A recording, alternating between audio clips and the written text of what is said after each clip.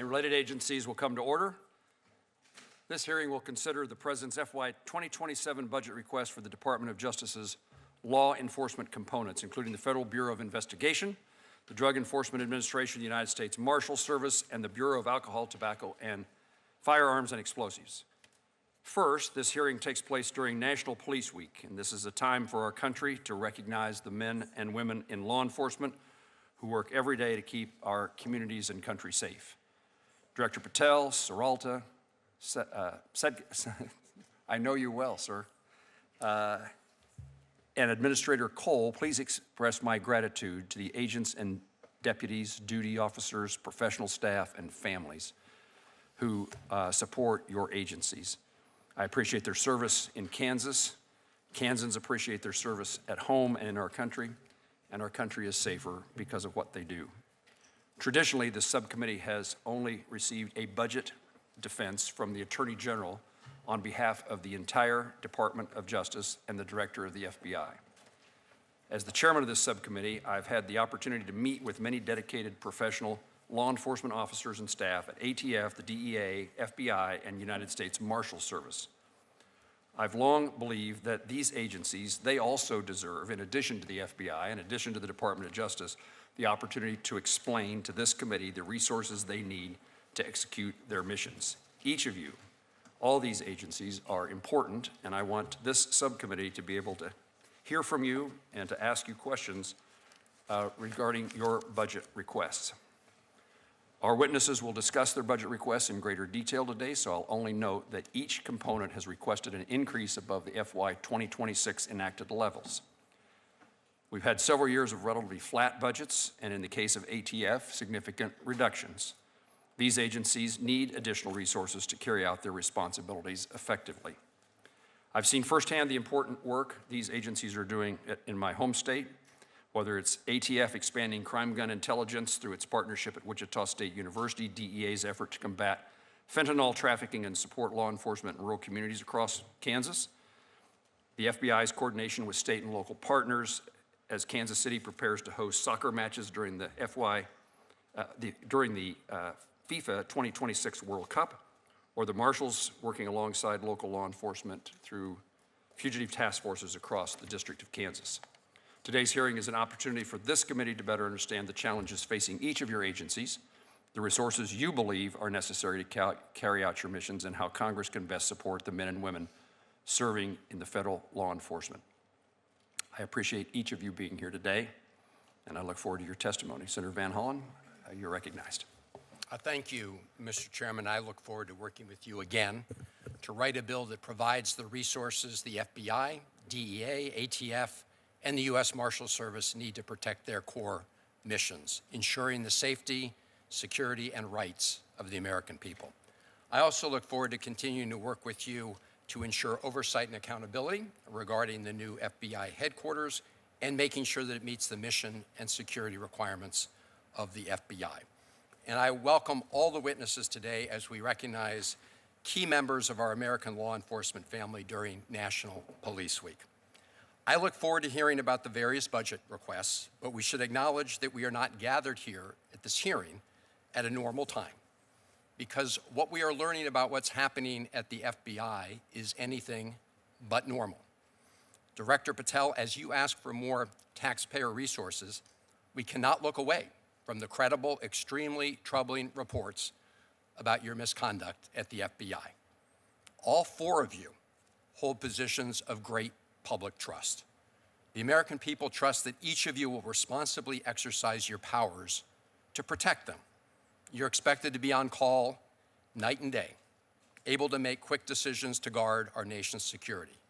You must always be prepared to answer that call, whether it comes at 3 p.m. or 3 a.m. That is your duty. Director Patel, I don't care one bit about your private life, and I don't give a damn about what you do on your own time and your own dime, unless and until it interferes with your public responsibilities. Being the director of the FBI is an awesome responsibility. And when your private actions make it impossible for you to perform your public duties, we have a big problem. You cannot perform those public duties if you're incapacitated. And Director Patel, these reports about your conduct, including reports of your being so drunk and hungover that your staff had to force entry into your home, are extremely alarming. If true, they demonstrate a gross dereliction of your duty and a betrayal of public trust. I cannot imagine ever having to worry about former FBI Directors Wray or Mueller spending multiple weekends drinking heavily at the Poodle Room in Las Vegas. Now, I understand that you've denied these reports, and you will have a chance today here to challenge them. But the problem with your leadership does not end there. We're also witnessing a litany of other abuses. Political firings of trusted career agents whose only fault was following the facts and the law. That includes the firing of agents and staff from a special counterintelligence unit that monitored threats from Iran. Weaponizing the FBI to seek political revenge on former FBI Director James Comey and others. Using FBI investigative resources to go after journalists who write stories that you don't like. And just this morning, we learned more details about your firing of Brian Driscoll, a decorated FBI special agent with nearly 2 decades of experience. He claims in an interview that you made clear that his failure at the FBI was tied to, that his future at the FBI was tied to his political allegiance to Donald Trump. So you're asking for more resources at a time that you're misspending valuable resources on political revenge instead of focusing on defending our national security. I'm pleased, as the chairman said, that all of your agencies noticed our bipartisan opposition to the deep cuts from last year and have presented more robust plans this year. There are still major gaps to be addressed. One notable example among the DOJ programs is the elimination of the organized crime drug enforcement task forces. As I understand it, DEA was oddly sidelined in this process. I'm also concerned about diverting resources away from core missions of each of your agencies to fuel President Trump's mass deportation agenda. Trump told us he was going after the, quote, worst of the worst, who posed a danger to our communities. That would be fine. But if you look at the Department of Homeland Security's own data, overwhelmingly the people being targeted and locked up pose no risk to public safety. So when you divert resources away from fighting serious violent crime to locking people up who mostly don't pose a risk to public safety, you're making us less, not more safe. Let me close by thanking the thousands of law enforcement personnel, both local, state, and federal, who work tirelessly each day to keep us all safe. And I look forward to the hearing and discussion today. Thank you, Mr. Chairman. You're welcome, Ranking Member. I look forward to working with you as we work our way through these budget requests and our appropriations process. I now recognize our witnesses for their testimony, and I recognize the Director of the FBI, Kash Patel. Good afternoon, Chairman Moran, Ranking Member Van Hollen, and members of the subcommittee. Thank you for inviting me to represent the FBI's fiscal year 2027. It's an honor to represent the 36,000 men and women of the FBI that serve around the country and around the world, especially during Police Week. Director, would you pull the mic closer, please? Of course. Thank you. This week, especially for Police Week, we pause to commemorate the incredible dedication and bravery of our law enforcement communities across the country, who stand on the front lines and shield our citizens from dangers and threaten our everyday way of life. Every day, the FBI safeguards our nation's safety and security with our law enforcement partners. To achieve our no-fail mission, we fully support the President's budget proposal for the FBI for $12.53 billion to get us right-sized. Before getting into specifics, I'd like to highlight that the importance of the FBI mission is never more important than at this critical time, especially during the recent violent attacks during the White House Correspondents' Dinner, which all too many of us were there. I was proud that the FBI, within moments, immediately jumped into action, launched a bi-coastal investigation, launched fixed-wing and rotary assets and men and women in evidence response teams, bond technicians, and interviews. And within 24 hours, we had that evidence from California to Boston, back in Washington, D.C., and the individual was charged. That is truly exemplary work by the interagency and our state and local partners and the men and women of the FBI. Thanks to the brilliant personnel at the FBI, this year has been truly historic in the reduction of crime. It has been a record-breaking year. We have seen in 2025 alone a historic 20-point decline in the nation's murder rate. We also saw 44,000 violent offenders arrested by this FBI last year alone. To put that in perspective, that's twice as many violent offenders arrested in all of 2024.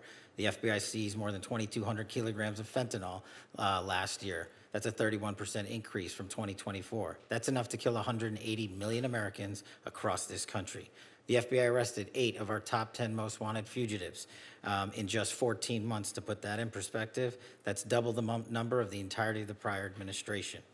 We've made over 3,000 arrests and seized over 1,000 firearms at the border, including 90 high-value targets from Mexico brought here for prosecution.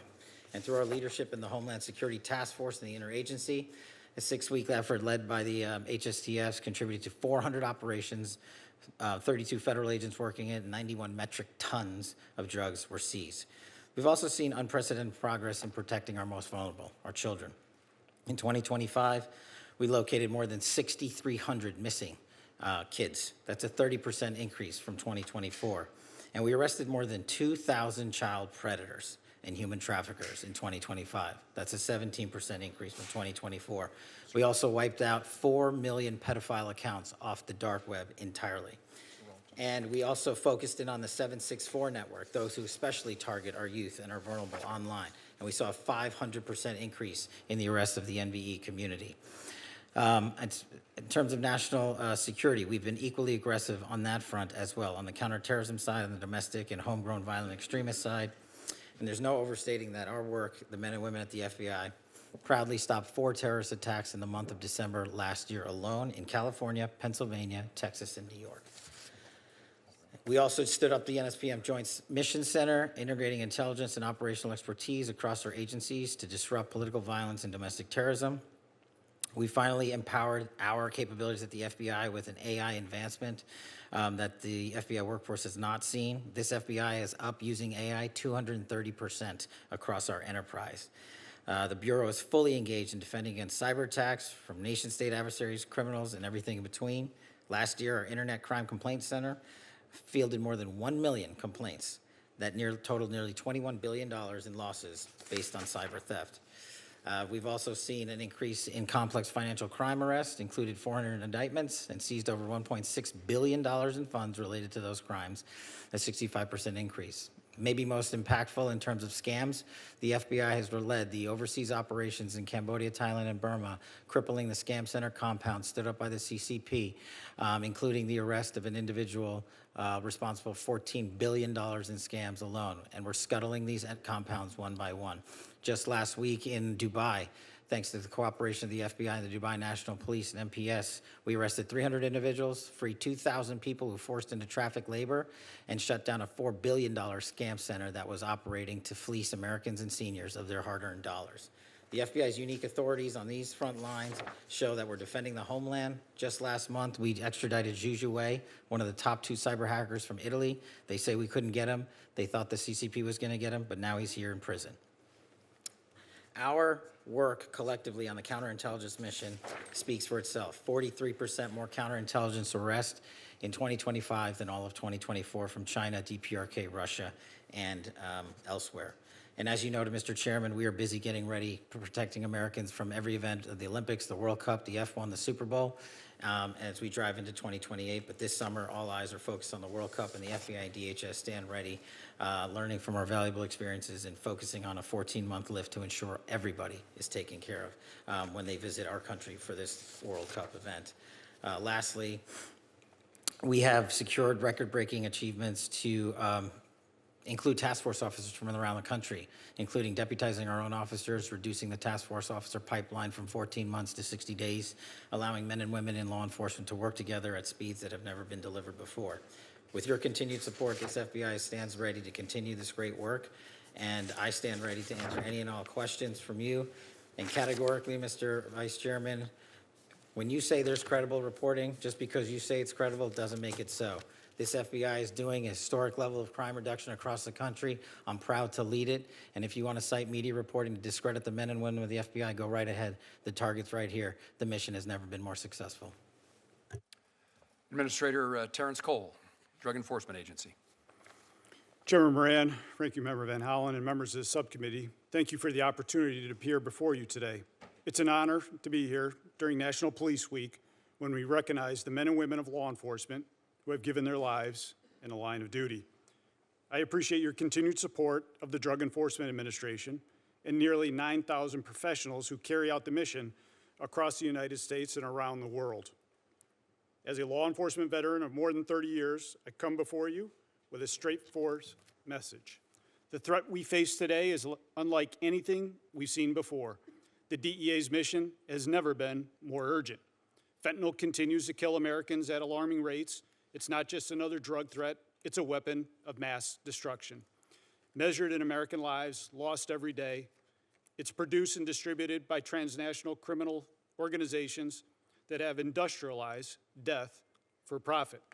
The Sinaloa and Jalisco New Generation cartels, now designated foreign terrorist organizations, are driving this crisis. They operate as a global enterprise. They use sophisticated supply chains, financial networks, and technology to move poison into our communities. They are well-funded, highly adaptive, and relentless. We have to be just as relentless in our response, and DEA is leading the fight. We're taking the fight directly to these organizations with aggressive, intelligence-driven enforcement. Our focus is clear: target leadership, break their command and control, disrupt supply chains, hold accountable those who profit from the addiction and death, including the global networks that supply precursor chemicals to make fentanyl production possible. And we are delivering results. In one recent coordinated surge, DEA and our partners made more than 600 arrests. We seized hundreds of kilograms of fentanyl, multi-ton quantities of cocaine and meth, hundreds of firearms, and more than $11 million in U.S. currency. Across our fentanyl operations, we've made thousands of arrests tied to trafficking networks, seized millions of fentanyl pills, removed hundreds of kilograms of fentanyl powder from circulation. Those numbers translate directly into lives saved. We're also seeing an impact at our community level. In one city alone, targeted operations with our partners led to the reduction in violent crime of more than 1/3, and a significant amount of drugs and firearms taken off the streets. Drug trafficking drives violence. When we dismantle these networks, we're not just removing drugs, we're making communities safer. We're also focused on the financial side of this fight. We're going after the money, including the use of cryptocurrency and other tools that these organizations rely on to move and hide profits. Our reach is both global and local. DEA operates in 82 offices across 62 countries and maintains a presence of 26 field divisions with more than 200 offices here at home. This allows us to attack the problem from source to the street. We do this work with discipline and accountability. DEA's workforce is a driven agency. We have nearly 9,000 employees on board against an authorized level of nearly 9,700 employees.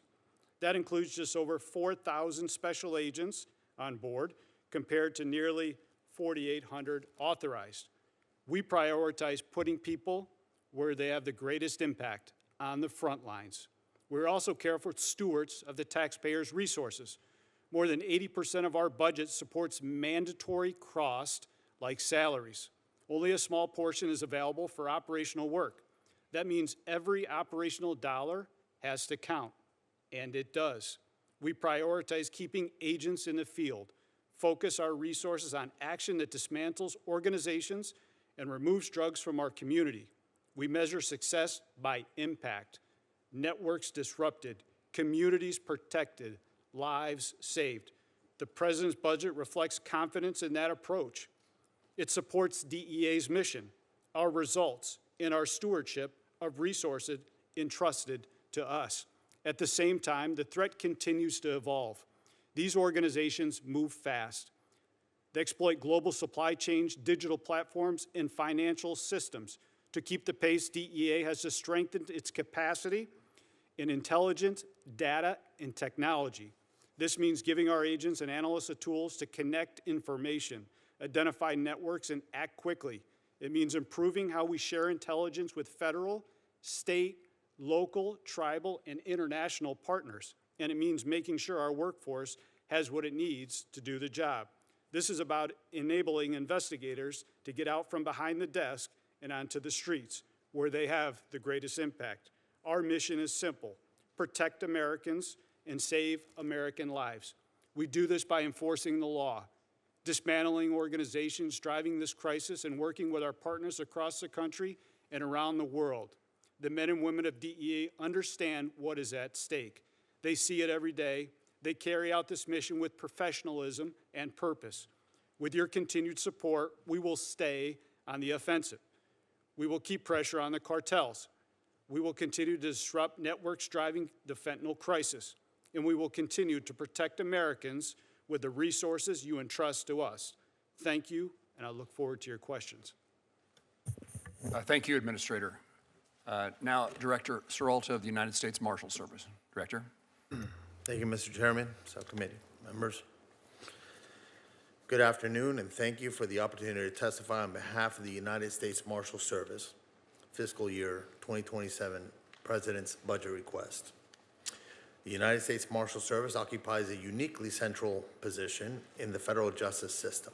While protecting the judiciary, we're also the enforcement arm of the federal courts, involved in virtually every federal law enforcement initiative.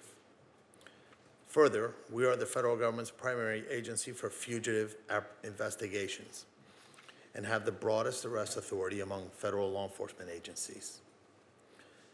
The U.S. Marshals Service has been at the apex of federal judicial protection, investigation, and enforcement with vast mission responsibilities such as witness protection and prisoner management as well.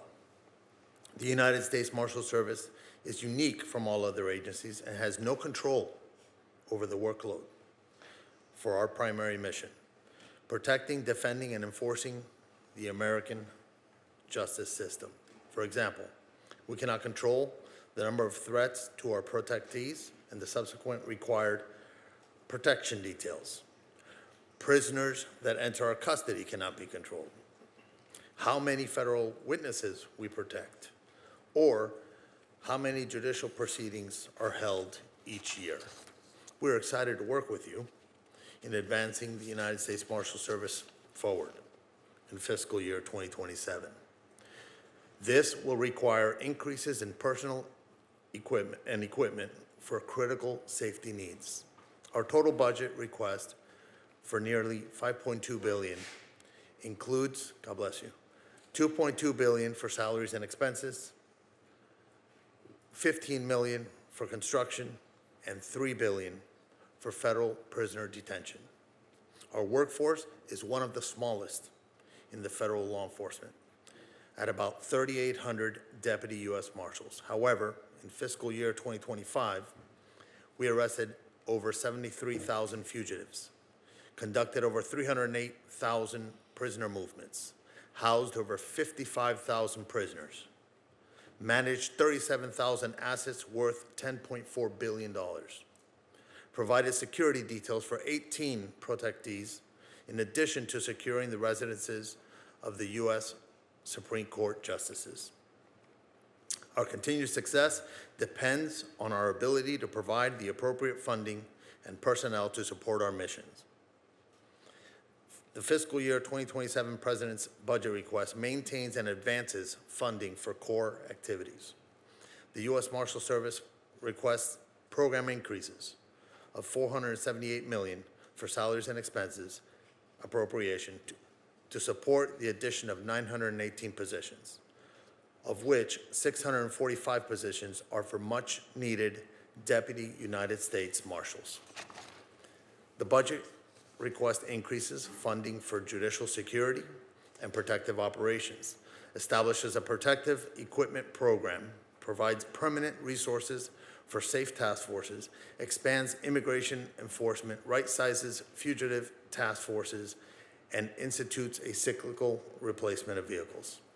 One highlight of the U.S. Marshals Service budget request is one that is always at the forefront of my heart and this committee's concern, and that's the safety and security of our law enforcement officers. This morning, at the Marshals Service headquarters, we honored our fallen as part of our National Police Week ceremonies, recognizing officers who have lost their lives in the line of duty.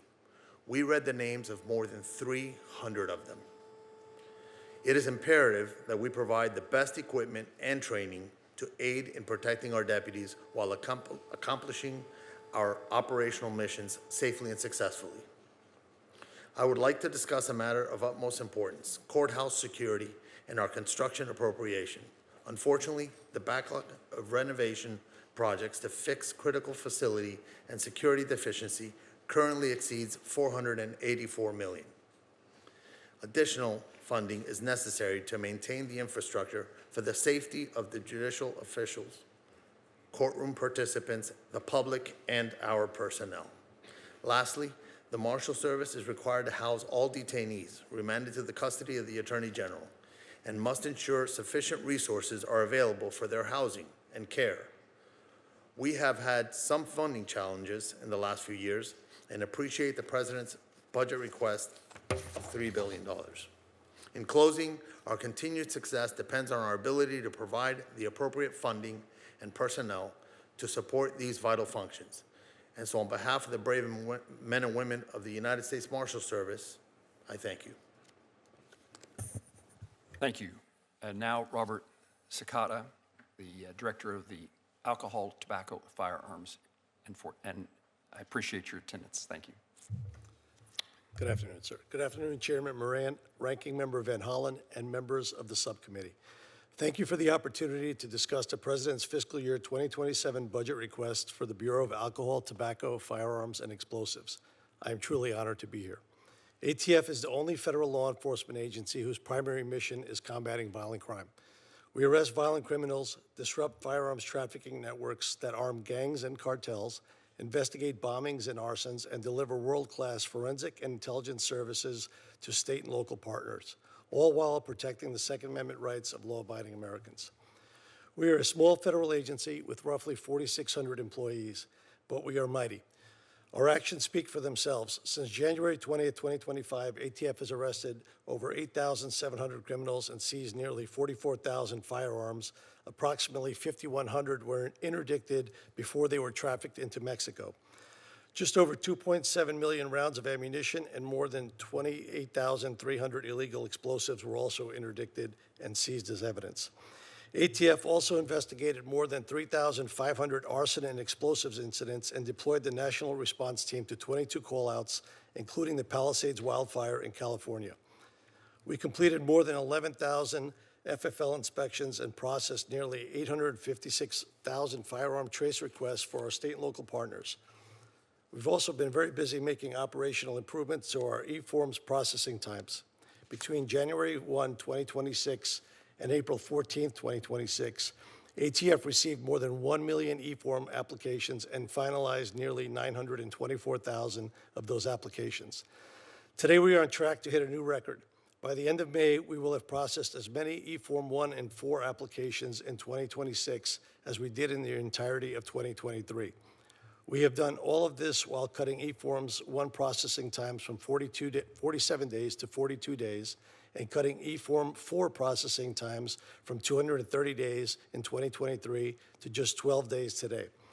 The funds Congress has appropriated to date have allowed ATF to make a tangible difference in communities throughout the country every single day. ATF provides critical services to state and local law enforcement at no cost, including firearms tracing, ballistic intelligence, and forensic laboratory examinations involving firearms, arson, and explosives. These capabilities are central to identifying shooters, disrupting trafficking networks, and solving violent crime. ATF is grateful for this funding and has achieved a tremendous result, but without adequate investments by Congress, these results are not further sustainable.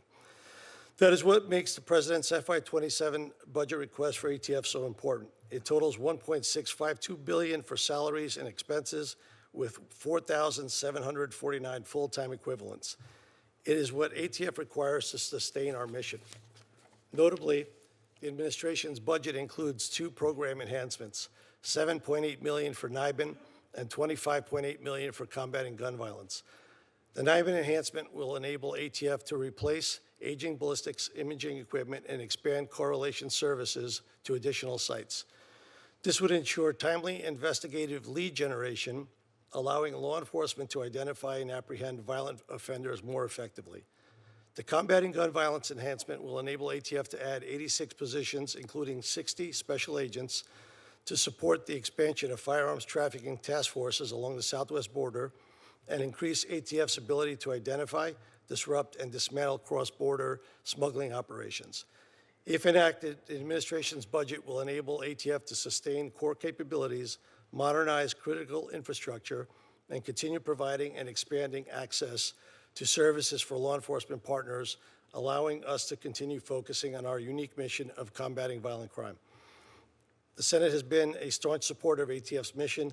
I'm deeply grateful for that. I look forward to continuing to work together. I thank you all again. I look forward to your questions. Director Sakata, thank you very much.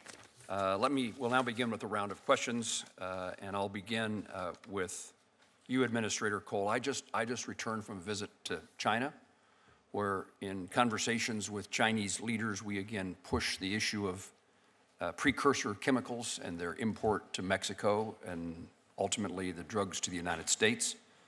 I've also been to Mexico and met with the leadership there to encourage them to discourage China from continuing to import those precursors. What's the DEA, what are you doing as the administrator to engage those foreign partners in China as well as other places, India, for example, to break down this supply chain? Senator, thank you. And DEA is laser focused on targeting and disrupting the supply chain out of China as well as in India. We've held 2 bilaterals this year with Chinese officials, one at DEA headquarters and the other one at our Rocky Mountain Field Division. We continue to work on the ground in Beijing, China, with NCB, the National Control Board in China, as well as MPS, the Ministry of Public Safety. We continue to stay engaged. We continue to target the Chinese organizations that are sending this precursor chemicals into Mexico for the manufacturing of fentanyl to come across our border. We will continue to stay on our front foot. We will continue to target. We will continue to work with U.S. Ambassador David Perdue on the ground in China, who's been a tremendous advocate on the ground, not only for all federal law enforcement, but for protecting American citizens in our country from this danger of the precursor chemicals that continue to flow into Mexico and into Colombia. Administrator, how do you evaluate the interest, the willingness of Chinese officials and other foreign countries, their leadership in actually assisting in keeping the precursors out? And at the ground level, we're working extremely well. I think there are still barriers that are in place. I know the President's visit this week will be fruitful as we continue to stay on the offense when it comes to protecting Americans to this precursor chemicals that continue to flow into Mexico and China. The Mexican authorities have stepped up their game with bilateral cooperation. I think everybody at this table has seen an increase in the cooperation with Mexico, but we need more. We can only determine the effect when we start to see the decrease in Americans that are dying at the hands of this poison that is coming out of Mexico, but is being fueled by China and India. Thank you for your efforts, and I look forward to results. Director Serralta, you are the second U.S. Marshal I ever met in a visit to Florida when you were in the District of Florida, and I appreciate the hospitality you extended to me, 3 years ago or so, as I tried to learn about the Marshals Service in this capacity I hold on this committee. You mentioned infrastructure at courthouses. I've taken an interest over the years in the Commerce Justice Science Subcommittee working to provide additional resources for judiciary security. And that has included security operations, courthouse security, protective details, and threat response capabilities. We've also worked to provide legislation so that information can be removed from websites regarding members of the judiciary and their families. You mentioned another aspect of this in your testimony, and that's about infrastructure. I leaned back to my staff to ask if this subcommittee has jurisdiction over infrastructure at courthouses, which I didn't necessarily think we did, but we do because it comes out of your budget. So I wanted to give you the chance to highlight, for me at least, what's the current circumstances that our judges and court officials face in regard to threats, and if you want to re-highlight for us the things that we might do to be helpful to make their persons more secure. Thank you, Senator Moran. It was a pleasure to have you in Florida. I hope to do that again sometime. You did that never knowing that you were going to be the director of the U.S. Marshals Service, I did not know that. assume. Correct. So our judicial security protective operations is due to with the president's budget to have an increase of $34.6 million. And that's going to strengthen and expand the protective operations mission by adding more dedicated teams and allow the USMS to surge resources when threats necessitate enhanced judicial security. But you bring about the question about the construction backlog, which I mentioned in my opening. The construction backlog is $484 million, and that includes $30 million of it for prisoner elevators. So anytime we have to take a prisoner through a different elevator or up the steps, we risk the prisoner injuring himself or someone being injured by having the prisoner walking in unsecure locations. So it is a serious concern. It is something that I believe goes to the judicial security as a whole.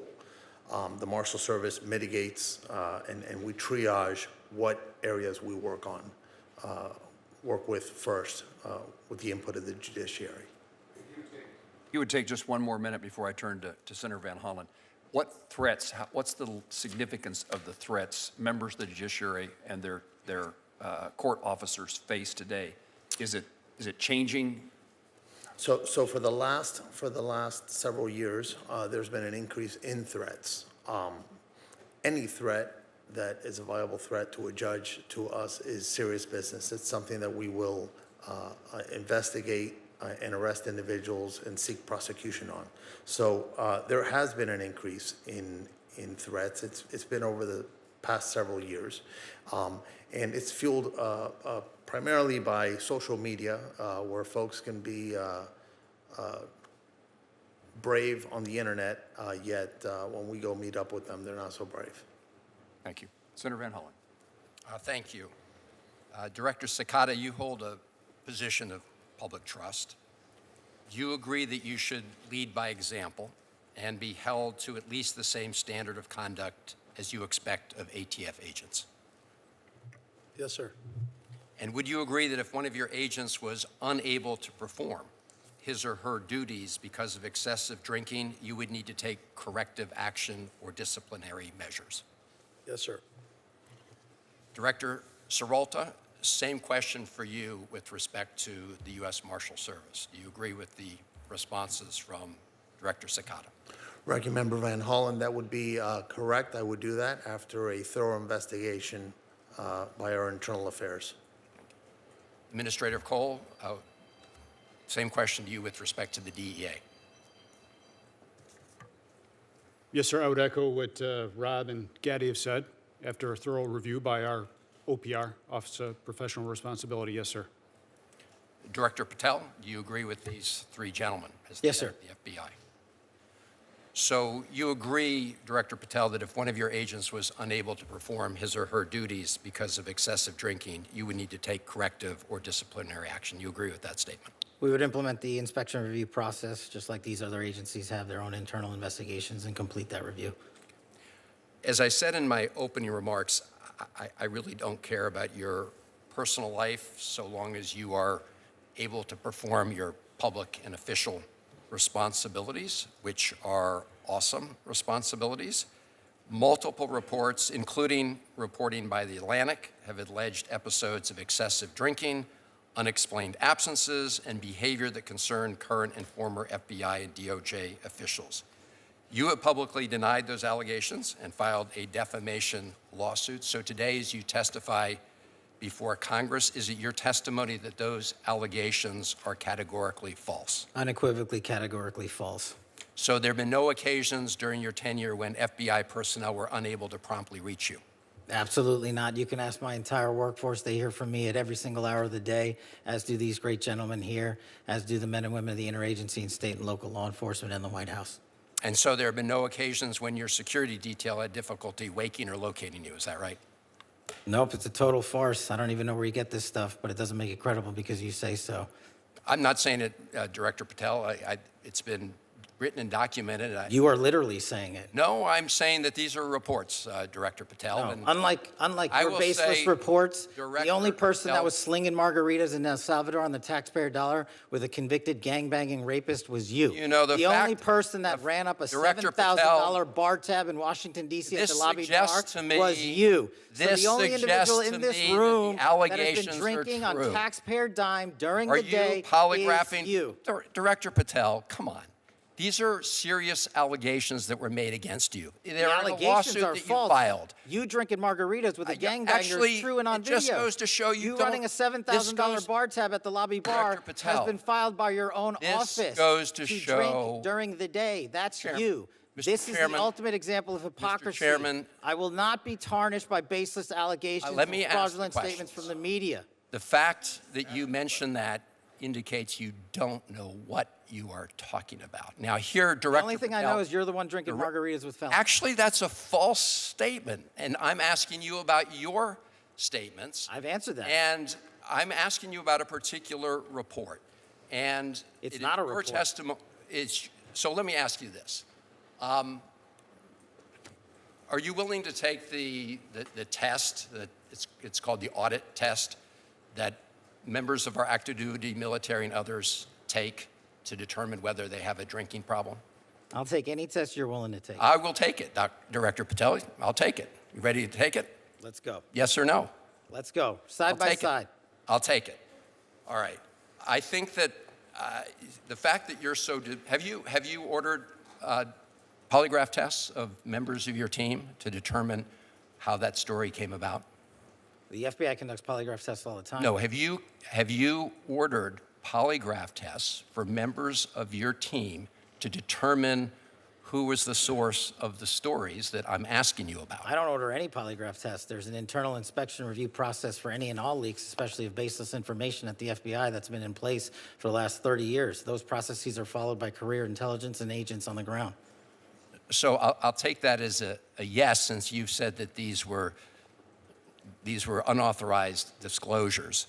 I have another round of questioning regarding your firing people who were important to gathering intelligence with respect to Iran, but I'll wait for my second round. Thank you, thing. Chairman. Senator Collins, we're pleased to have the chairwoman of the full committee with us. Thank you very much, Mr. Chairman. Director Patel, the proliferation of illegal marijuana grow houses connected to transnational criminal organizations originating in China is an ongoing problem in the state of Maine. A DHS memo in 2023 estimated that Maine had as many as 270 Chinese-backed illegal marijuana operations, producing up to an estimated $4.3 billion in illicit revenues. Since then, thousands of pounds of illegal marijuana have been seized, primarily because of the tireless work of our Maine sheriffs and local law enforcement in Maine. One other side effect of these illegal grow operations is they usually destroy the houses in which they're located, which exacerbates the housing shortage in my state. Last year, you testified that the FBI would be sending more resources to the field, specifically to Maine, to combat these dangerous operations. I speak with Maine sheriffs frequently about this problem, and they have reported some improvement in federal interest and participation. For example, federal support has been critical to track money laundering, which is often linked to these operations, and in providing interpreter services to question individuals who are arrested, who often appear to have been trafficked and forced to work and live at these sites under hazardous conditions and don't speak English. bring me up to date on how the FBI is working to address these dangerous grow houses that are operating not just in Maine, although we're a particular target, but Oklahoma, California, and other states as well. It's essential that we have support from FBI, from DEA, from Treasury. This has to be an all-of-government effort to close these operations down. Senator, I couldn't agree with you more. And what we did since you and I we spoke in between you last year in this hearing, but the HSTFs that we stood up, the Homeland Security Task Forces that we stood up in 59 locations across the country, co-led by DHS and FBI, have specifically targeted the marijuana grow house operations, especially tied to the Chinese. There's two problems there. The Chinese nationals that are doing most of the criminal activity related to the grow houses have either severed ties or covered their tracks very well, and has led us to be unable to determine their direct connectivity. I'm not saying it doesn't exist, back to mainland China. That's kind of their MO on how they do, whether it's grow houses or any other criminal activity. So what we're doing with the HSTFs is reverse engineering those programs, taking down the grow houses, whether they're in Maine or Oklahoma, and tracing their banking records and their financial statements to see what we can do with the sanctions program overseas and shut down the financiers of these operations. Do we know where the money is going to? Some law enforcement officers in Maine believe it's tied to the fentanyl trade. Yes, ma'am. I believe, as these gentlemen will tell you, the money always goes back into the drug trafficking trade, into the drug traffickers' pockets. And so we're not seeing, I'm not saying it doesn't happen, what we're not seeing yet is the money directly being shipped back over to mainland China and the CCP from these grow house operations. I would encourage you to even increase your efforts even more, because this remains a huge problem in Maine, despite the valiant efforts of our sheriffs and local law enforcement. Administrator Cole, could you provide an update on DEA's efforts in this area? Yes, ma'am. Yes, Senator. And we continue to target those specific marijuana traffickers in Maine. As of recently, we had executed 44 search warrants in reference to Chinese underground marijuana houses, seized about 32,000 marijuana plants, over 500 pounds of marijuana. And as we continue to trace the Chinese underground banking system, where the funds are being fueled, as the Director Patel had said, they're often using crypto as the instantaneous transfer of wealth. And what that requires our skilled investigators to do is to pull those findings off the blockchain, but to specifically look at 1, 2, and 3 tiers removed to help identify exactly where those illicit gains are going to. We continue to stay on the offensive. Recently, with our Bangor, Maine office, we've identified up to 250 potential locations where this is occurring.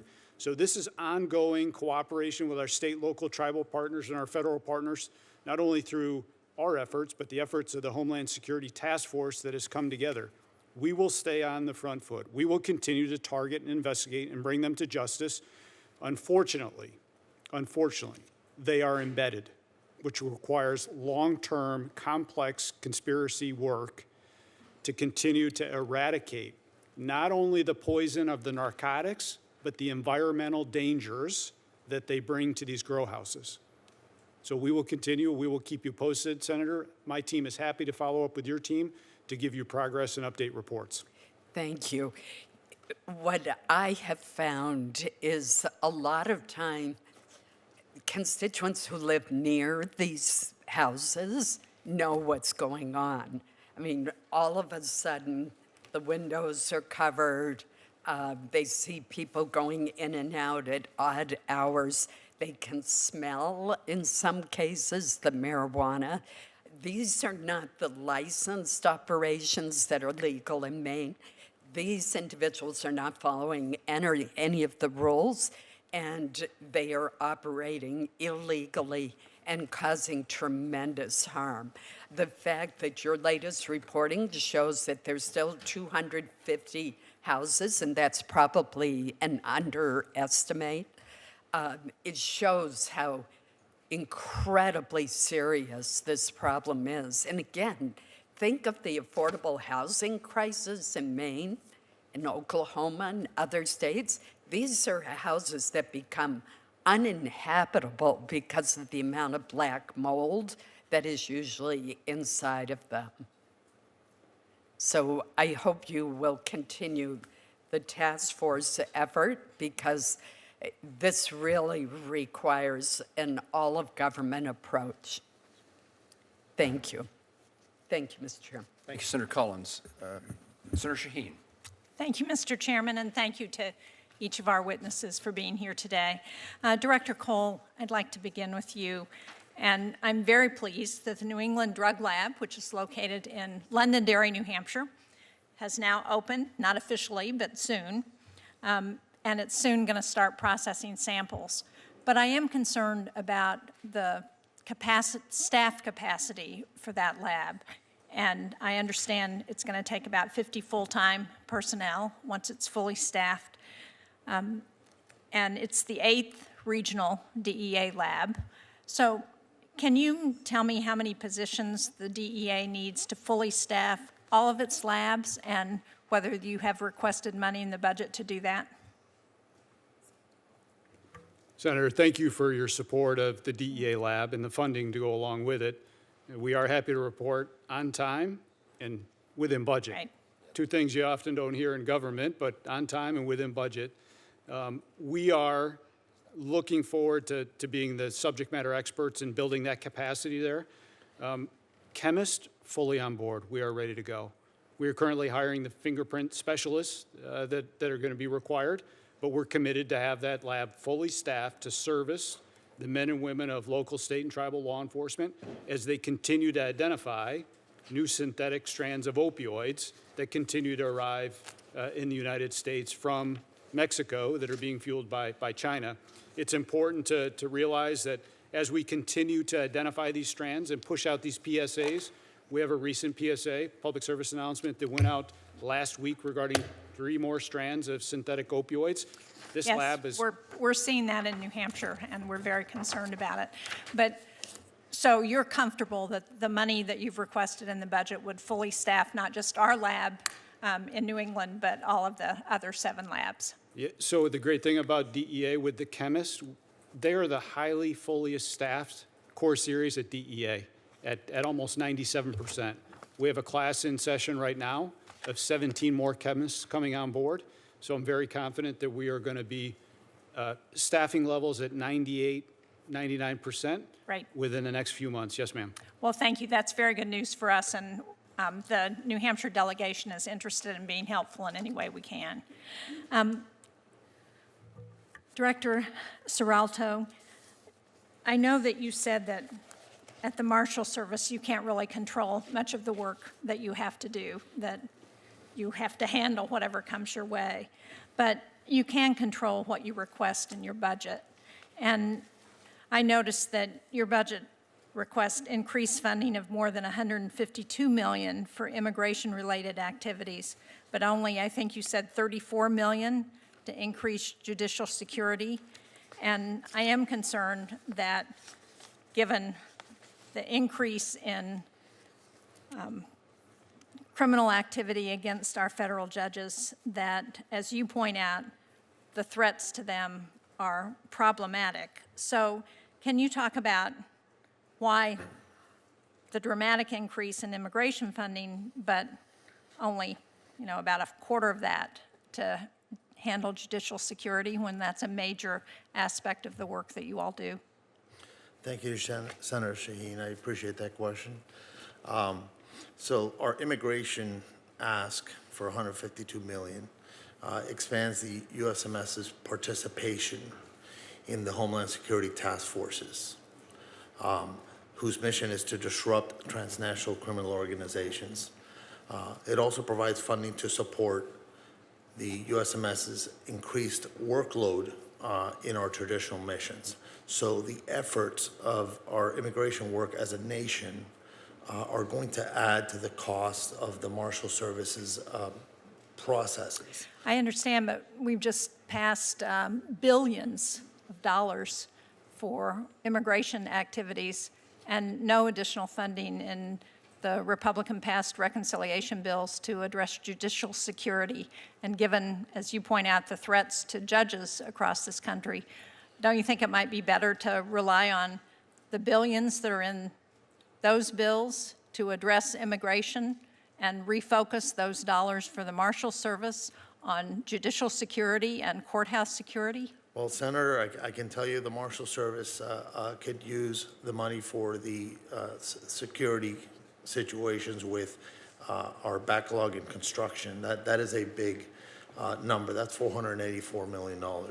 Right, I understand that. So who made the determination that you were going to increase immigration funding by such a large amount? Well, in staffing the HSTFs, the president has given us money to be able to staff those HSTFs. So it is so that we don't take away from judicial security. That's why the number's higher. Our judicial security protective operations has gotten a $34 million, or the budget proposed a $34 million addition. No, I understand, but the $152 million I understood was also an addition. My time is up. Thank you, Mr. Chairman. Thank you, Senator. Senator Graham. Thank you. Mr. Cole, what would you say to anybody who wanted to abolish the DEA?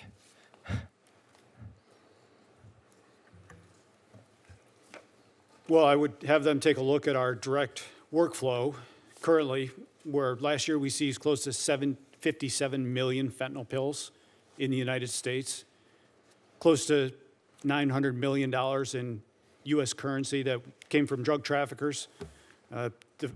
The foreign footprint that we currently have, you would have cartel members celebrating all over the world, designated terrorists celebrating all over the world that the DEA was gone. That's a good answer. So terrorists and drug cartels would be celebrating. So I just want to say to the men and women of the DEA, thank you. I think you make our lives, Emily, safer. You're doing things that most of us wouldn't want to do in the shadows. So I just wanted to get on the record my view that you perform a very important function. Director Patel, when you look at the threat streams against our country, are they going up or down? The threat streams over the last year in general have gone up over the last few years, which is why you've seen the resulting amount of violent criminal arrests. If we're arresting 44,000 people, which is twice as many as the year before, that's because there's a lot of violent criminals running around America. But the good news is that the FBI, along with these men and their agencies, are doing the work and arresting people at record levels: gangbangers, narcotics traffickers, sex traffickers, terrorists, and those that pose the greatest threat to our national security.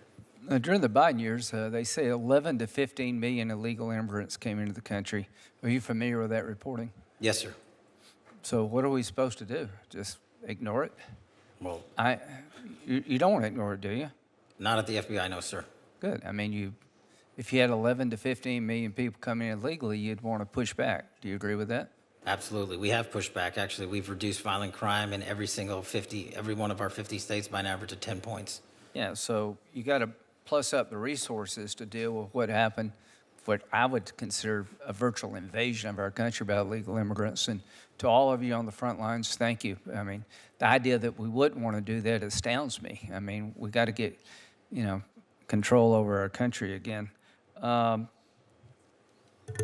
Director Patel, when it comes to systems, do you think the country would be well served to have a law like I'm proposing called Logan's Law that would require states to report to the Attorney General of the United States the results of all cases involving violent crime where you could get 6 months or more, to include the charge and the plea bargain so we'd know better about soft on crime prosecutors and judges? That bill is critical to providing the information that we at the FBI house at our Criminal Justice Information Center, CJIS property in West Virginia. We are only as good as the data we're given. We don't go out and proactively and legally obtain that data from our partner enforcement agencies across the So country. you would support Logan's Law requiring Absolutely. that to be done? We need it. Yeah, I think so too. And the man who in Cambridge, Massachusetts, who shot at a bunch of drivers, he had a long criminal record. Are you familiar with that? Yes, sir. As a matter of fact, while he was on probation, he shot at police officers and not much happened to you. You're familiar with that? Yes, sir. Do you agree we need to break the cycle of catch and release and looking the other way when it comes to violent crime in this country? I think catch and release is the #1 cause of recidivist violent crime in the history of the United States of America. Okay. When it comes to the FBI, how's morale? I'm sorry? How's your morale at the FBI? Morale has never been better. When I go across the country and I talk to the line agents and the intelligence analysts and professional staff, I travel around the country, I talk to our state and local partners, they tell me one thing resoundingly: we're finally going to do the work that we were asked to do with the resources that we needed to get the job done, and that's what this administration is focused on, and that's why you're seeing the results that we talked about. Mr. Cole, do you think we're seeing dividends from your focus on illegal drugs and cartels and all the above? Absolutely, Senator, and we will stay on the offensive, whether it's taking Nicolas Maduro out of Venezuela or capturing the next Chapo or helping coordinate the next Mencho operation. We will continue to target those foreign terrorists that are killing Americans. Do you agree that the Maduro operation not only was flawless, it sent a new message that a new sheriff's in town and created deterrence we haven't had before? I think it sent one great message to everybody in the Western Hemisphere and the dictators and foreign terrorists around the world that they will be held accountable for sending this poison to the U.S. Thank you all very much. Senator Coons. Thank you. Thank you, Madam Chair. Thank you, Chair Moran, Ranking Member Van Hollen, Senator Murkowski, and I appreciate each of our witnesses for being here today. During National Police Week, I just wanted to express my particular appreciation for the men and women of each of your agencies. When I was county executive, I was responsible for the second largest law enforcement agency in our state, and our partnerships with Marshals, ATF, DEA, FBI, and many other elements of federal law enforcement were really critical to our investigations and working to advance security in my home community. In just the last few months, the Newcastle County Police have worked with the FBI to arrest a suspect who had both plans and weapons to carry out a mass shooting at the University of Delaware, worked with DEA to investigate methamphetamine distributors, worked with the Marshals Service to arrest a suspect with a warrant out for attempted murder. These are just a few brief examples. I have other topics to get to, but if each of you could just briefly tell me, what are your plans for strengthening your partnerships with local law enforcement, and what more do you need from Congress to execute on those plans? Director Patel. Thank you, Senator. One thing we always need more of is data from state and local. Anything we can do from a legislative perspective at the federal state level to get us that data so we can ingest the data and get it back out to our partners, that's critical. What we're doing to expand specifically at the FBI, for the first time ever, we stood up our LEPIC, our Law Enforcement Partner Engagement Council. So I didn't want to just hear from police officers from around the country by email and phone call. I embedded 10 officers and sheriffs and tribal officers permanently at the FBI because they're the best connected. And so for us, that's the best way forward, along with getting out into the field and making sure our field partners see and feel us and touch us and tell us what their problems are. Thank you, Director. Senator, more connectivity to our state, local, and tribal partners is the utmost importance at DEA. Due with the significant change in the landscape with synthetic opioids, with more methamphetamine pills coming in, more cocaine coming in, it's important that those state and local counterparts, the men and women that are on the front lines every single day, have the same intelligence and the same information that the DEA does. Part of this is coming from our capacity to build foreign partnerships. The amount of foreign partnerships and people we have downrange in Mexico and Colombia, that intel is critical to the beat officer that's working in rural areas. So we have to continue to be better partners, continue to be more engaged, and respond when they call for help to address violent criminal activity. Director Seralto, I'm going to interrupt myself. I appreciate the work that you and the Marshals Service do to keep federal judges safe, but there's thousands of state and local judges who don't have the same intelligence network, the same resources. I'm proud to co-sponsor a bill with Senator John Cornyn that would create a new state judicial threat intelligence and resource center. It would provide security assessments for local courts and help local law enforcement make assessments about how to keep judges' homes safe and how to keep court personnel safe. It's passed the Senate unanimously. Do you have any opinion about whether or not the House should take it up and whether or not partnering with state and local court systems would help advance judicial security in this country. Senator, thank you. Thank you for your work on that. My opinion will be is that any judge that we can keep safe, whether it be in state or the federal bench, we should keep safe. To that end, I'll tell you, judges make decisions that are life-changing, sometimes to themselves.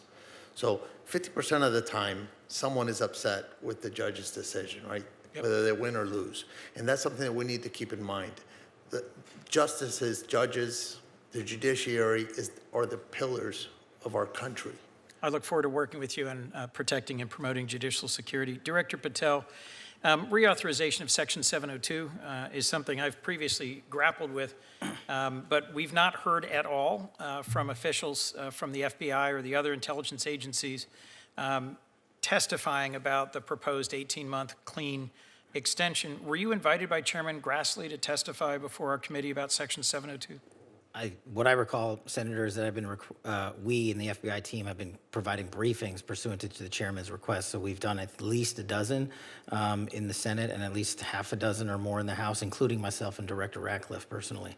Okay. I have not participated in or benefited from any of those briefings. And doing oversight on the reforms that were put in place and how closely they're being followed is critical to my concluding whether or not I'll vote for an extension. Director, I have to ask you one last question. You attended the Olympics in Milan.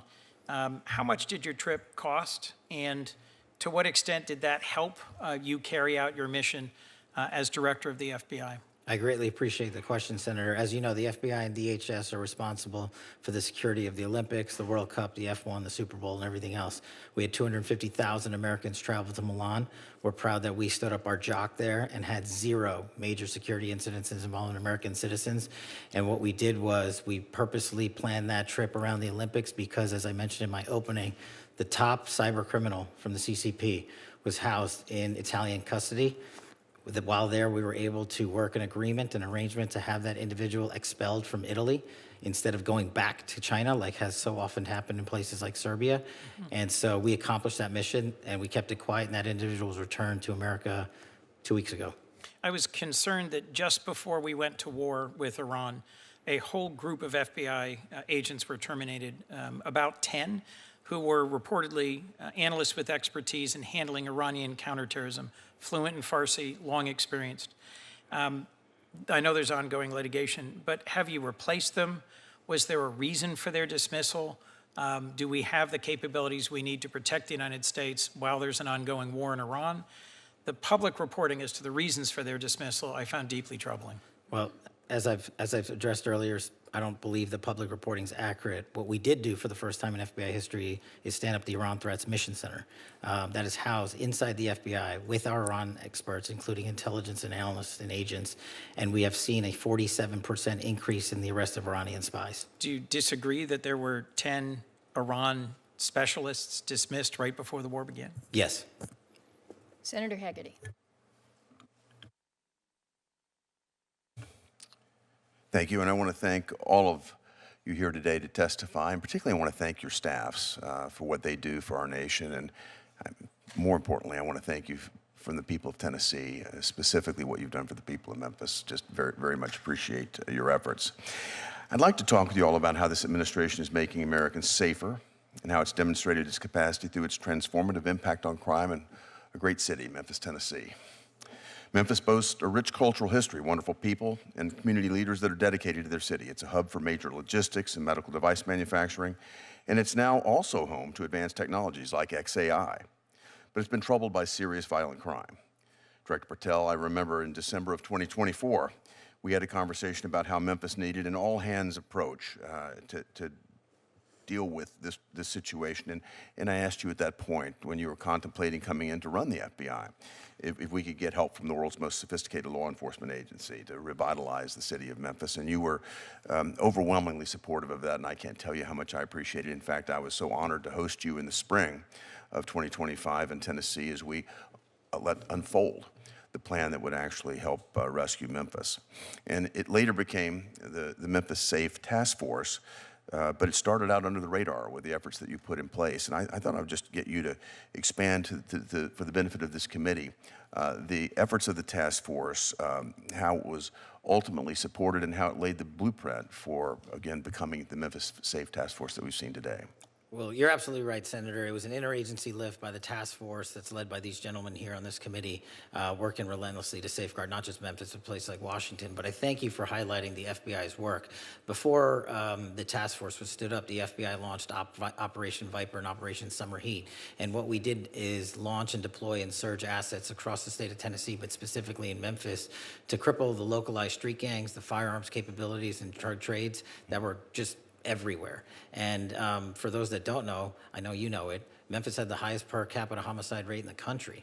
And now we've reduced that by, I think, 54%. Yeah. So what we did was we set the ground. We set this phase 01 operations with the FBI on the ground. And thanks to the brilliant leadership of Director Serralta and the President's task force, we completed that mission. We're doing Operation Viper in 24 separate states because we want to replicate what we did in Tennessee. To everywhere else, and so we're welcome to partner up with anyone that wants to replicate that. I applaud that. I just like to say, though, I've seen the great success, and I know more to come, but to make certain that it's permanent, Director Patel, I want to make certain that you've got the resources and the flexibility that you need from this committee to make that happen. Anything that you'd like to advise us that you'd like to see to achieve that objective? Well, thanks to you and the leadership in Tennessee, we just opened up our new office in Memphis to permanently assure the citizens of Tennessee that we're not going anywhere. And the budget request enhancements that we've put in place will allow us to hire the agents that we need to fill those billets across the country. Yeah, that's a nice reversal from previous policy. Thank you. And thanks for all of the effort. Director Serralta, I'd like to turn to you. Certainly things didn't stop with the FBI's crime task force. That effort laid the groundwork for the president to issue an executive order establishing Memphis Safe. Director, given your direct involvement, can you walk me through the results of Memphis Safe Task Force from your perspective and where you see it going from here? Thank you, Senator. Thanks to your support and that of your colleagues and local government there as well. It's been highly successful. So the president's decisive action in Memphis proves that when federal government partners with local government leaders, we can turn the tide against failed experiments in criminal justice reform and make America safe again. Since launching on August 1st, 2025, and as of April 30th, 2026, I am pleased to report that the operation has yielded 8,701 total arrests by federal officers, averaging 40 per day, including 64 for homicide, 957 for narcotics, and 791 for firearms violations. We've seized 1,426 illegal firearms in Memphis alone, an average of 6 per day. That could have fueled more shootings, assaults, or worse in that city. I'm looking actually at one of the records. We had a daily report on this, and I would commend this to my colleagues. This is amazing work that you're doing. Thank you, Director. I hate to cut you short, but I just would like to ask you one other question. It's a glaring example to me when you have cooperation from a state, from a city, what can happen, and the results that you just went through, dramatic improvement. Rather than calling our law enforcement Gestapo, like we've heard in some other parts of America, we've embraced the help, and the results have been dramatic. And I'd just like you to share with us the response that you've received from the people of Memphis. So it's 31 agencies working together. That includes state and local and federal. And the operation has had significant positive impact on the lives of the Memphis residents. The city residents and visitors are now visiting the downtown area. Local businesses are rallying back. There's been large-scale public events have also shown improved safety outcomes. That was demonstrated in December with the St. Jude Marathon, which hosted about 22,000 runners, and not a single burglary was reported that day. And that's different and compared to other years. Perhaps the most telling is one of our Special Assistant United States Attorneys recently reported that a traveling emergency room doctor expresses appreciation for what the task force has done. He said that in recent years past, he would have approximately 3 to 5 gunshot wound victims per shift. And now he sees an average of 1 gunshot victim every 3 or 4 shifts. It's dramatic. We've made an amazing impact, and the fiscal year 2027 President's budget request includes a vital program increase for us, $76 million for 200 positions. This is to have that staying power that you were talking about earlier with Director Patel. Thank you, Director Siralton. I just want to say again, I want to thank all of the employees of the 31 agencies that have made Memphis safe again. It's an example that I hope my colleagues here on the committee will look to and say this is a true example of where cooperation can make a difference here in America, and you have transformed a city for us. Senator Murray. Thank you very much. Manners. Thank you for joining us, Vice Chairwoman. No worries. And I appreciate your presence. Thank you very much, Mr. Chairman. Director Patel, I want to start by recognizing important work by the FBI to crack down on fraud. In one case, the FBI helped bring justice multiple former business owners who orchestrated a $205 million Medicare fraud scheme on the American people. And those business owners filed nearly 1 million false claims for services that they never provided to any patients, literally stealing from American taxpayers and preying on vulnerable people who were suffering from Alzheimer's and dementia and substance abuse. But thanks to the FBI, those crooks were held accountable. So I just wanted to ask you today if you would pass along my gratitude to those FBI agents for their tireless work bringing those criminals to justice. I will, ma'am. The fraud work is often overlooked, and I greatly appreciate that. And very important. But I do have to say, unfortunately, President Trump, the guy who says he's going after fraud, granted this man, Lawrence Duran, clemency last June. He was set free and let off the hook for the $87 million he owed in restitution. And Trump granted clemency to Duran's business partner last February, cutting well short her 35-year prison term. He literally undid the important justice work the FBI served and let fraudsters off the hook, and I find that deeply disturbing. With that, I want to say, I want to take a moment to reiterate the important role of DOJ law enforcement in keeping all of us safe. Those agents and deputy marshals are absolutely critical to making sure public safety and solving crime. But I worry that instead of pursuing these child abusers or terrorists or drug traffickers or other criminals, you have our agents spending time carrying out Stephen Miller's mass deportation agenda and harassing families and children. I want to ask you, Director Patel, how many FBI agents have been reassigned to work on immigration enforcement? No one at the FBI has been reassigned to work solely on immigration, ma'am. Well, I would differ with you because according to the Cato Institute, more than 2,000 FBI agents were reassigned to work on immigration enforcement in 2025. By the way, it's not just the FBI. More than 2,000 agents from the DEA, more than 600 from the Marshals Service, and more than 1,000 ATF agents are spending their time on immigration enforcement. That has really pulled critical, highly trained assets off of work to keep our communities safe from drugs and guns and other threats, and I find that deeply disturbing. Now, Director Patel, I want to ask you about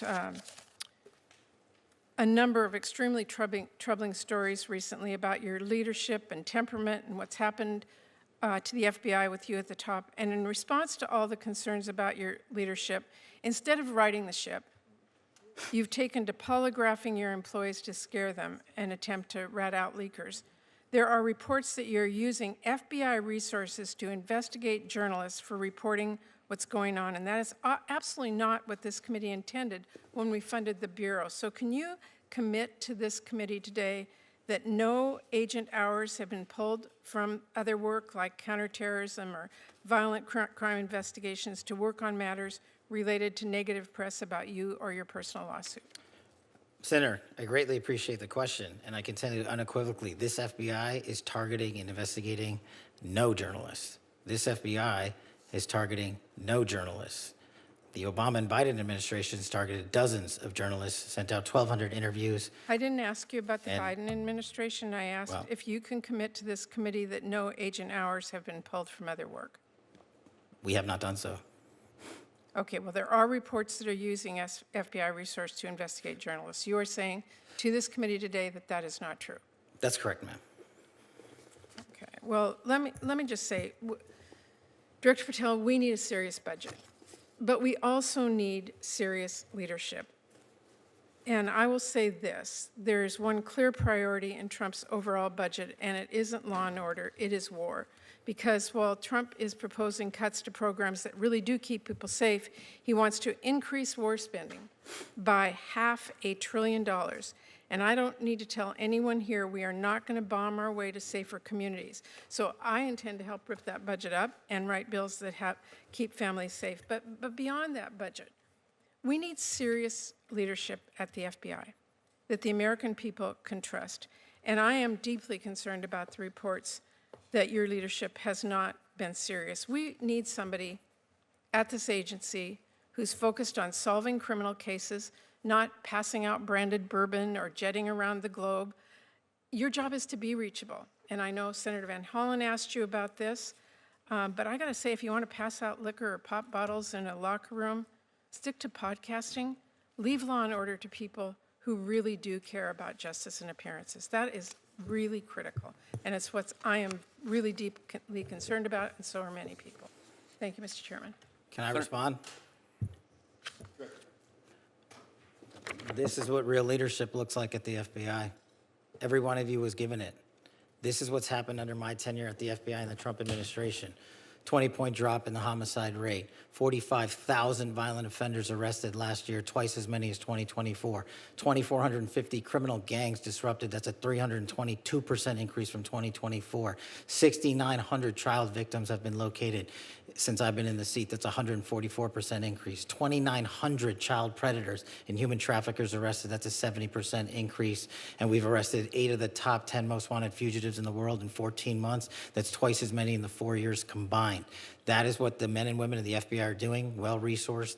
Everyone should take a look at this. If people want to continue the baseless, fraudulent, false personal attacks at me, that's great. Keep the target on me, as I've always said, but the mission has never been better. Mr. Chairman, if I could just respond in the Senator last- Murray. I appreciate the work of our FBI agents, but leadership, serious leadership, is a concern. And we are seeing the pictures of passing out branded bourbon and what happened at the Olympics, and jetting around the globe and all the rest of it. And that, I will say again, Mr. Chairman, is of deep concern to me. Thank you, Mr. Chairman. Thank you. Senator Fisher. Thank you, Mr. Chairman, and thank you, gentlemen, for being here today. I'd like to begin with the agency that you lead, Director Patel. Over the past decade or so, the FBI has come under intense and justified scrutiny for perceived and actual misuse of agency personnel and resources for political objectives. Director Patel, what steps have you taken to refocus the Bureau to its core missions of counterterrorism and counterintelligence on federal law enforcement and on criminal justice? Thank you, Senator. I think the weaponization of law enforcement that you spoke of was caused by the centralization of the FBI in the National Capital Region. What I mean by that is, before I got in the seat, over 1/3 of the entire FBI workforce was located in the National Capital Region. When I got here, I put 1,000 agents into the field permanently. Every single state got more agents than they've ever had. Behind that, I sent 300 intelligence analysts into the field permanently. Behind that, I sent 500 support staff and program managers into the field permanently. And that's only CONUS. We've also expanded our overseas footprint. So decentralizing the bureaucracy of Washington, removing the red tape in the bureaucracy, putting agents in the field in Nebraska and everywhere else is how we're getting the mission done. And no one at this FBI is allowed to politicize or weaponize law enforcement. If you do, you don't get to work there anymore. Thank you. We all know that our country faces mounting and increasingly complex threats to our homeland from foreign adversaries and domestic operatives who are acting on behalf of these malign foreign interests. These adversaries have seized on several recent global conflicts to try and undermine America's geopolitical interests by sowing fear and dissension here at home. The FBI is tasked with investigating foreign and domestic threats to the United States. Director, can you tell us, how is the Bureau coordinating with other federal, state, and local law enforcement agencies, other members of the intelligence community, and the military to monitor and mitigate threats to our homeland? What we've done specifically with the Homeland Security Task Force in 59 separate locations is bring in every single agency into one roof and centralize the collected intelligence that they all piece together with their state and local partners. That's critical to the mission set. We've also done things like stand up the C4, the Counter Coordination Fusion Cell in Southwest Arizona, specifically targeting the drug trade with embedded DOD on a DOD facility, on DOW facility. So we're leveraging all capabilities across the board. Our CI and CT work could not be stronger. We have 2,000 terrorism cases at the FBI. Our CI work has expanded, not gone down. As I've said, we've arrested 44% more espionage actors from China, Russia, and the DPRK and Iran alone. And we're doing that because the interagency, including the intel community, is finally providing us with ways to turn information and intel into evidence that we can use in a court of law.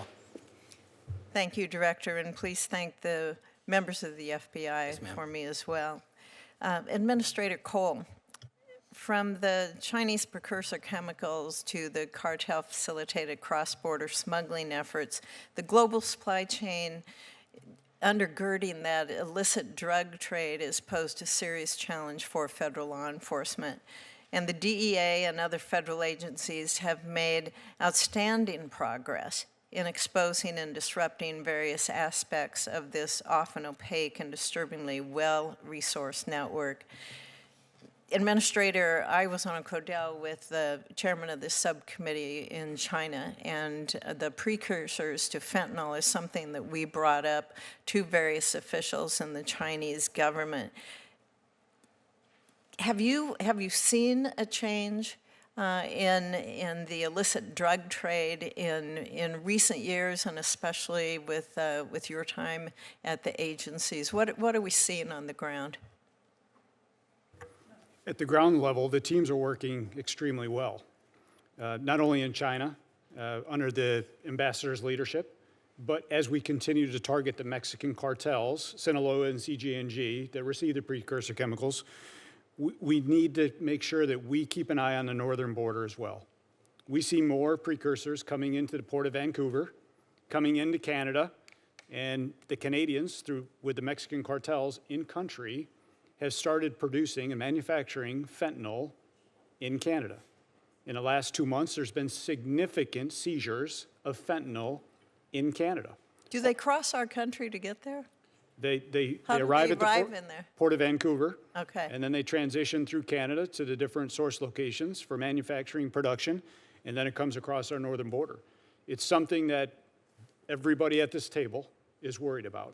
We continue to keep the pressure on China, on India, continue to target the leadership in the cartels, but very conscious of what's going on the northern border as well. Thank you, and thank you all for the work that you do. Thank you, Mr. Chairman. Senator Reed. Thank you very much, Mr. Chairman. Director Sakata, you've been neglected. I can't let that go. First of all, let me thank you for your, I calculate, 20 years of service in the ATF. And prior to that, as a police officer in New York and Plainville, Florida? In Plantation, Florida. Plantation, close enough. Yep. But I want to focus on those devices which transform a semi-automatic rifle into an automatic rifle. For many years, the federal government took a position that forced reset triggers were, in fact, illegal. And yet, there was a case in which, in 2025, the DOJ reversed itself, and they essentially, by their reversal, allowed these forced reset triggers to become legal. And all you have to do is buy one, find one, go to YouTube, look at the YouTube. Takes about 2 minutes to put it in the weapon, and now you're firing at about 30 rounds in 4 seconds, which my experience, and I did professionally carry an M16, is that's an automatic weapon. What are we going to do to prevent these type of devices from getting out and raising the threat to the public? Good afternoon, Senator. Thank you for your question. I think just to stay focused on the topic of machine gun conversion devices, they come in all shapes and forms. Some referred to as switches, as they are sometimes put into semi-automatic pistols to convert from semi-automatic to full. Automatic drop-in auto sears for rifles. And ATF has been dealing with an issue related to this for many, many years. The technology has made this proliferate much easier because many of these are either 3D printed now or manufactured in China and shipped to the United States by the container load in some cases. As it relates to the force reset trigger, I'd like to answer that question. That particular type of device was litigated and settled with the Department of Justice not too long ago. I won't be able to comment too much on that specific settlement with the Department of Justice, but it relates to the force reset trigger itself. There are many other types of devices that convert firearms to shoot from semi-automatic to full auto. What we are doing with our partners, state and local partners, our federal partners, and our agents, the devices that have already been determined to be drop-in auto sears, other conversion devices, they remain the same. This settlement relates specifically to the force reset trigger made by Rare Breed. Yes. And I think there's a misconception that this applies to all types of trigger packs that are out there that increase the rate of fire that do not operate in the same way that the force reset trigger made by a Rare Breed does. So it's a very technical, nuanced matter, and our folks at ATF are asking our partners to initiate with us so we can actually examine these devices to see if they are under that settlement or if they actually fall into the other category. The Washington Post reported that the ATF's chief counsel, Rob Leader, objected to the settlement and reportedly thought that, quote, the devices are dangerous and the classification as machine gun should stand. Did you or your predecessor object to the finding? Is Mr. Leader's objection sound? He's an expert in the law of machine guns. Yeah, I think, sir, that this is a matter that Mr. Leiter found to be a very technically nuanced issue in the way that trigger operates. It's a little bit challenging to explain here in this room, but I think if we were able to demonstrate the way they operate as compared to a switch like a drop-in auto sear, there's a clear difference, and I think that's where we found room for the settlement that Mr. Leader participated in. I would suggest that you're looking at the wrong criteria, in my view, based on, again, carrying an M16. It's the rate of fire. It's not the construction of the sear or it's a trigger effect. And when you have a rate of fire of 30 rounds in 4 seconds, that's an automatic weapon. And I think that's the way you should just characterize your weapons. If you need congressional support, please call me. If I may, sir, I think I understand where you're coming from, and the rate of fire, unfortunately, is not what the statute defines the machine gun by. So. Well, we should change the statute. So, thank you very much. Senator Britt. Mr. Chairman, thank you so much. I want to thank all of our witnesses for being here today. Director Patel, I'd like to start with you. I want to just highlight some of the great work that the FBI has done in Alabama. So over the last year, we have seen the Bureau oversee the arrest of 1,187 criminals. We have seen you seize 31 kilograms of cocaine and over 3 grams of fentanyl.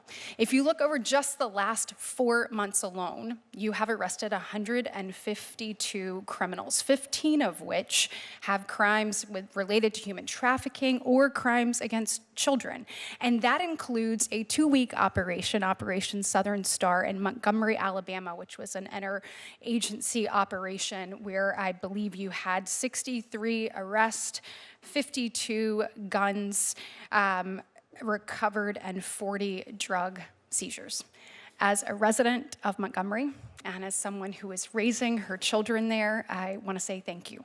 On behalf of me, on behalf of all the moms and dads that are raising their family there, and on behalf of our community, we say thank you. And I know that this is not just Alabama where you're doing this across the country. It is why the FBI has overseen the largest dip in recorded murders in history. I just want to say thank you. And I think it is also why you have asked for a significant increase when it comes to actually returning to your mission of putting criminals behind bars. I completely support that request and just want you to kind of expand what that would do. Can you talk about how that increase would help you continue the good work that you're doing in Alabama, going after criminals, violent criminals, cartels, and others? And of course, across the country as well. Thank you, Senator. I will pass on your kind words to the workforce for sure. They're greatly appreciated. We're doing two things. As I discussed earlier, decentralizing Washington, D.C. and putting human capital in the field. And in order to keep backfilling that human capital, we need more. So we need to take on the outdated onboarding pipeline program at Quantico. We've seen the BFTC, or Quantico graduation classes, increase since I've been in the spot, because it used to take over 14 months to get in, and we've shrunk that by over 4 months. We haven't lowered the standards. We just eliminated the wait time after a paperwork application was put in. But what we also need to do is work with our state and local folks in the field and provide them with the advanced training capabilities they need, specifically, for instance, the drone program capability. We launched the first ever of its kind for state and locals ever in the history of the U.S., a counter-UAS program down at the Redstone Arsenal in Huntsville, Alabama. We've graduated 65 state cops from that program. The wait list is long. Every single agency across the country wants their police officers there because they want them there for the World Cup, they want them there for sporting events, they want them there for counter-narcotics. So the enhancements we've requested specifically relate to Redstone Arsenal, our advanced training capabilities, including our cyber center, our TDAC school, and we're the only ones in the world that have a ballistic research facility that's housed at Redstone Arsenal. That's how we train the next generation of law enforcement officials, and we need more seats, more humans in the seats that we have. Wonderful. Well, I hope that we will continue to support that. I know the work that you're doing there is cutting edge, and it is also preparing us for what's to come. So thank you, and thank the men and women who work alongside you for making all of this happen. Director Cicada, I know that we discussed at your confirmation hearing the great work the ATF is doing to combat the flow of illicit Chinese vapes into our nation. And I also know Directors Seralta, that the Marshals Service was involved in some of the recent seizures that we saw as well. These unsafe products target kids in many instances, and I think we have got to put a stop to this. Can you discuss how you think that your budget request for these agencies is going to allow you to enhance your efforts in these space and get these off of our streets? Good afternoon, Senator. Thank you for your question. As you mentioned, Director Seralta, myself, Director Cole, Administrator Cole, and our partners at the FDA are working hand in hand to identify these wholesalers and retailers that are dealing in these illicit vapes. We are, I can speak for ATF, we are very short-staffed as far as our agents go, and our agents are primarily focused on the violent crime efforts that we're making around the country. Although we are greatly appreciative of the President's proposed budget for 2027, that budget maintains current services. It doesn't allow for expansion into other areas. So we would love to have more agents to focus on this effort in particular, but it's very challenging for us to do so with the budget that we have. Absolutely, and I am out of time. I just want to associate myself with the chairman's comments with regards to the Marshal Services and the protection that we provide our judges, from our justices to our circuit court to our DJs. We need to make sure that you have the resources you need to keep them safe. Thank you. Thank you, Senator. Senator Britt, thank you. Senator Peters?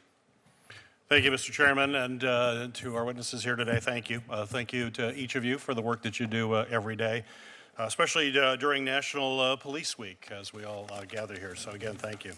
Director Patel, we are now more than 2 months into a war with Iran, a leading sponsor of terrorism, and we have already seen at least 3 terrorist attacks related to that war, including one at Temple, Israel in West Bloomfield, Michigan, where a Hezbollah-inspired attacker rammed a vehicle into a synagogue holding approximately 100 young children. And yet the FBI has not yet put out an intelligence bulletin about the threats to the homeland resulting from this war. Something that is, as I think you know, usually standard action in coordination with the National Counterterrorism Center and DHS, and is absolutely essential to ensuring that state, local, tribal, and territorial private sector partners are prepared for these threats that we are seeing and actual actions that we're seeing. So my question for you, Director Patel, just to confirm, has the FBI, in coordination with NCTC and DHS, issued a joint Homeland Threat Intelligence Bulletin to state, local, tribal, territorial, and private sector partners on the threats from Iran and its proxies as a result of this war? I know we have pushed out numerous PSAs, and I believe through the ODNI we have spoken collectively on the matter, but on the synagogue attack, the FBI directly coordinated with the synagogue 3 weeks before and provided training, which the synagogue themselves stated helped prevent the loss of No, mass and I agree with that. Certainly, I have a question later, but that was a good thing, absolutely. But is there a coordinated bulletin going out to all the entities that I mentioned? We have not found that bulletin. We have not seen that. That has been prior practice for the FBI. I'm wondering why this is different this time. That's my question. So what I'm saying is we've sent out, the FBI sent out PSAs to all our state and local partners, and I'll check with ODNI, but we should have sent out a coordinated, collected message out on that front. Well, if you could forward that to me, because we have not seen that. So I'd appreciate that if that's Yes, the sir. case. If you could forward that to our office, I would appreciate it. Senator Peters, is a PSA the same thing that Senator Peters is asking about? Yes. Okay. Thanks. We'll see. I'm, as ranking member of Homeland Security and Government Affairs, Chairman Paul and I, working in a bipartisan way, Chairman Paul, have requested a committee briefing about these threats, about the threats related to what's happening as a result of the war in Iran. About a month and a half ago, we're still waiting to get that briefing from the FBI, and we're the Committee on Homeland Security in the U.S. Senate. Can I get a commitment from you that we will get that briefing as soon as possible? Absolutely. Good, thank you. Director Patel, for decades, the FBI, in partnership with the Cybersecurity and Infrastructure Security Agency, has played an absolutely critical role in helping both state and local election officials defend against threats to our election. The FBI briefed election officials on both physical as well as cyber threats. It's helped political parties and campaigns secure their communication systems. That has investigated foreign influence operations, and it's investigated threats against our election workers. And the work was bipartisan, it was technical, and it was trusted over those years. However, today when we look at what the FBI is doing, it seems to be somewhat different. In January, the FBI seized more than 650 boxes of 2020 election materials from Fulton County, Georgia. In March, the FBI subpoenaed records from a 2020 election audit in Maricopa County, Arizona, an audit that itself actually reaffirmed President Biden's win. And in April, the Justice Department demanded that Wayne County, Michigan, the largest county in my state, turn over ballots from the 2024 election. So Director Patel, my question is, why should state and local election officials trust the FBI to support them in actually keeping our elections free and fair when the FBI recently appears to be more focused on supporting baseless speculation and debunked conspiracy theories about both the 2020 and the 2024 election? Well, two things, Senator. Thank you. As to the execution of legal search processes, we went to federal and state magistrates, and like we do in any case, and received a ruling of probable cause to advance any investigations we're working on. As to the overall security of the election, that is of primary importance with us, which is why we at the FBI and me have installed ECCs, election county coordinators, in every single 56 field office that I have. We've also stood up a national security, election security post at headquarters for the upcoming midterm elections. And so we are continuing to keep that a priority and collect information as it comes in from overseas and also around the country. Well, that was my follow-up question there. I mean, but you know, what we've been seeing, some of these actions here are ones that are related to these debunked theories. But our officials want to know what is going to happen going forward. They're going to want to ensure that state and local elections are indeed going to be free and fair, and folks are being protected by the FBI. You mentioned a couple of initiatives. What is the main message that you want to tell right now to election officials all across the United States, that the FBI is actually going to be their partner to ensure, as we have seen in the past, free and fair elections that have occurred every single election in the United States in recent history, that it's also going to happen again this year? That's why we've prioritized and stood up these ECCs. That's why we've prioritized and stood up these national coordination centers. And that's why we're hand in glove embedded with CISA and DHS to ensure the integrity of this upcoming election. We have prioritized that. We have flexed more resources to that, including the personnel I've shifted out to the field. So they're not just at headquarters, are working on election security and election integrity around the country. Well, as you come before the Committee on Homeland Security, which I appreciate your commitment to have that briefing, we're going to want to do a deeper dive into that, and I would hope you'd be prepared to do it at that time, and you could commit to doing that. Thank you, Senator. Thank you. Thank you, Mr. Chairman.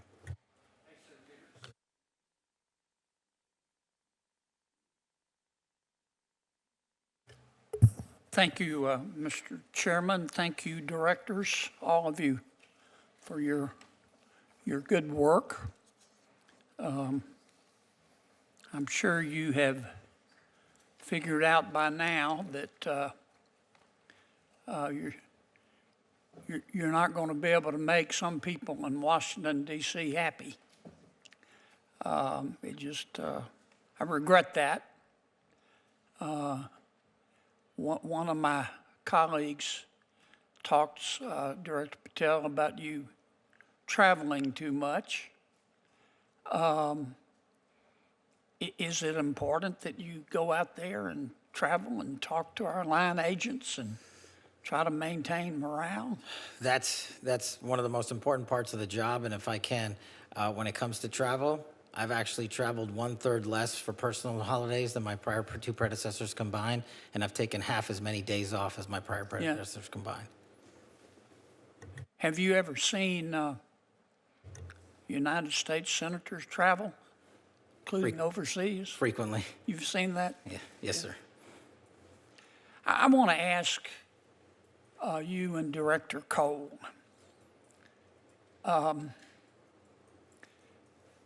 I see where the Department of Justice, presumably with your cooperation and good background work, just indicted a governor in Mexico for working with cartels to poison our people, which everybody's entitled to a defense and they're innocent until proven guilty. But I saw none of that in the prior administration of trying to get serious. Tell me, I love the people of Mexico. They're just wonderful people. They're our neighbors. We buy a lot of their goods and they buy a lot of our goods. But help me understand why so many of the political leaders in Mexico cooperate so fully, well, strike that, tend to have very close ties with the drug cartels. Is it money? Is it power? Is it fear? And what do we do about it? I'll address it generally. The case is specifically the DEA's, Senator, but generally speaking, we've been able to retrieve 98 defendants from Mexico in the last year, which is, I think, triple the year before. So they're cooperating in ways that they haven't done before in the past. But I do see your point, and I agree that largely it's fear, Senator. These cartels have so much power, and you've seen them go down there and kidnap people, behead people, burn people. And I think it's a combination of the fear and a little bit of the corruption because of the influence they have with the amount of money they make from the narco trafficking trade, which is why we're prioritizing bringing it down. Mr. Director. Senator, it's good to see you again. And, Good to see you, and I sir. testified during my confirmation hearing Yes, sir. Regarding the arrest of Garcia Luna, who was, Yes, sir. who was in charge of the federal police in Mexico. Mm-hmm. And after a career special agent, had the opportunity to work in Colombia, Afghanistan, and end my career in Mexico, there's no doubt that the narco traffickers and high-ranking government officials in Mexico have been in bed for years. But for all of a sudden, we're paying attention to it. We have a president who fully supports America First, Americans First.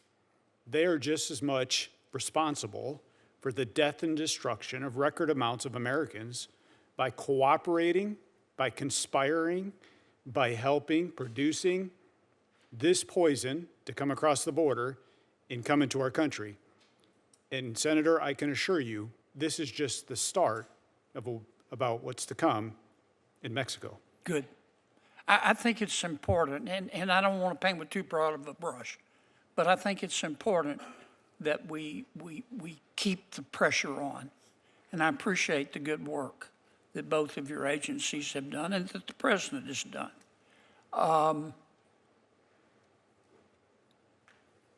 Because when the current president didn't do this, but when a prior president of Mexico runs on a platform of hugs, not bullets, with respect to the cartels, that sort of speaks volumes about what they're willing to tolerate. Can I ask one question, Mr. Chairman, of Director Patel? Tell me why we shouldn't require warrants under Section 702 when our intelligence people access the records of American citizens. I think you're referring to the query process of U.S. persons under 702, Senator. Yes, sir. Because under Section 702 as it stands, the collection from 702 is already lawfully collected under federal statute of overseas individuals targeted by the intelligence communities. And just to clarify, 702 is run separately by the FBI, the NSA, the CIA. They have their own separate Right. 702 programs. So for us, in order to have the ability to defend the homeland appropriately, all we are doing when we run a query is we're asking that this selector popped, and we have no other information. So it would be factually and legally impossible to obtain probable cause because we just walk into a courtroom and say, we got this selector, it's connected with so-and-so lawfully collected information overseas. We can't tell you, Judge, anything else about it. They would say you don't have probable cause. And that's why the query system exists, to go in and see if they're actually connected to any terrorist activities or narcotics trafficking activities or otherwise. Thank you for your indulgence, Mr. Chairman. Senator Kennedy, thank you. Senator Murkowski. Thank you, Mr. Chairman. Gentlemen, thank you for being here today, your testimony. Last week, we recognized May 5th as a day to remember those who have gone murdered, missing, Indigenous persons. Unfortunately, in Alaska, this is something that we use some pretty strong words like epidemic and crisis. The Urban Indian Health Institute has reports on the numbers that are out there right now, and in Alaska, we've got 229 murdered, missing Indigenous persons, 80 murdered, 149 that are on the missing list. And the statistic that is always so troubling is that when women go missing, when women come up, are determined to have been murdered, 75% of them are Alaska Native women. I mean, the statistics are just shocking and deeply, deeply troubling. Alaska is the fourth highest state when it comes to murdered, missing Indigenous women in the country. Obviously, we have a large Indigenous population, but it is something where when you listen to the statements from so many Native women that they feel unsafe in their home communities. They feel unsafe in their villages, and they feel probably most unsafe in the biggest village, which is Anchorage. We're working on trying to make some headway here in this space, but we really need to understand where the gaps are. And we talk a lot about the data gaps. And so I'm raising this with you, Director Patel, and asking for your support and that of your team. You have great folks in Alaska, but I would suggest that given we have a small population, big landmass, and a problem and statistics that just don't match up to our demographics, that we need some help. We've got good cooperation between all of our federal agencies, working with our tribal partners and with the state. But I would just ask your commitment today that if you haven't already trained a focus in this area, that you will commit to helping us in Alaska. Absolutely, Senator. That's why we launched Operation Steadfast Promise, which is the first ever of its kind year-long campaign for crimes on tribal lands across the country, to include Alaska. And I'm proud to tell you today that one of the biggest problems I was informed about over the last 14 months was communication gaps. Yep. And the FBI, for the first time ever, completed its pilot program on the Navajo Reservation down in Phoenix area with Starlink capabilities. And we are now going to be delivering to every SAC Starlink capabilities specifically and solely for communications on tribal lands to conduct and investigate tribal investigations. Well, and I just might add that the communications is one thing amongst the law enforcement, but it's also communicating back to the families, Yes. the families that are so anxious. And this is where I think we have some real failures, if you will. And you know, I'm stressing it with regards to Alaska, but it is Alaska Natives, but also American Indians, as you've pointed out there. So I appreciate your commitment on that level. I wanted to ask about your comment, Administrator Cole, when you were talking about the fentanyl that we're seeing coming from China into Canada and then coming back in. Vancouver is not too far away from where we're sitting over there in the Northwest. I want to just confirm that as we are focusing on intercepts at the southern border, we're not taking our eye off the ball when it comes to the northern border. And this is to you, Administrator Cole, when it comes to the drugs, but also to you, Director Patel, in terms of the terrorist threats that we may see, who may be looking to the northern border as perhaps being more porous, certainly longer in my state. So if the two of you can speak to that. Senator, from a DEA perspective, we're keeping our eye on Canada. We're going to open 2 more offices in Canada, proposed for 27. But we will continue to do outreach. We'll continue to work with the tribal and the Native Americans when it comes to educating them, providing them the resources. But number 2, the tremendous working relationship we have with the U.S. Postal Service with intercepting packages that are leaving the states going into Alaska. For example, in April, we had a targeted enforcement where we got 10 kilos of fentanyl in multiple packages that were going into Alaska and 5 kilos of methamphetamine that were leaving domestically going into Alaska as well. So this is the importance of the holistic approach, opening more offices, but keeping our eye on this cause and effect that we see from the Mexican cartels now entering into Canada. Thank you. Director? Yes, Senator. What we've done specifically on the northern border front is launch and stand up the first of its kind Homeland Security Task Force in Alaska, which allows us to take a lot of the funding and resources that we have access to and put more agents and intel folks, not just from the FBI, but from the other agencies across the board. And what we've also focused on, at least at the FBI, is working with our Canadian partners on the production capabilities that the drug traffickers have moved up to the north of our border, and specifically fly it into Alaska and also into mainland America on tribal lands. And we've had some success there working with our Canadian partners because the drug traffickers got smart with the securitization of the southern border and moved it up there. So we're tackling that with our CEAS partners. Thank you for not taking the ball off that.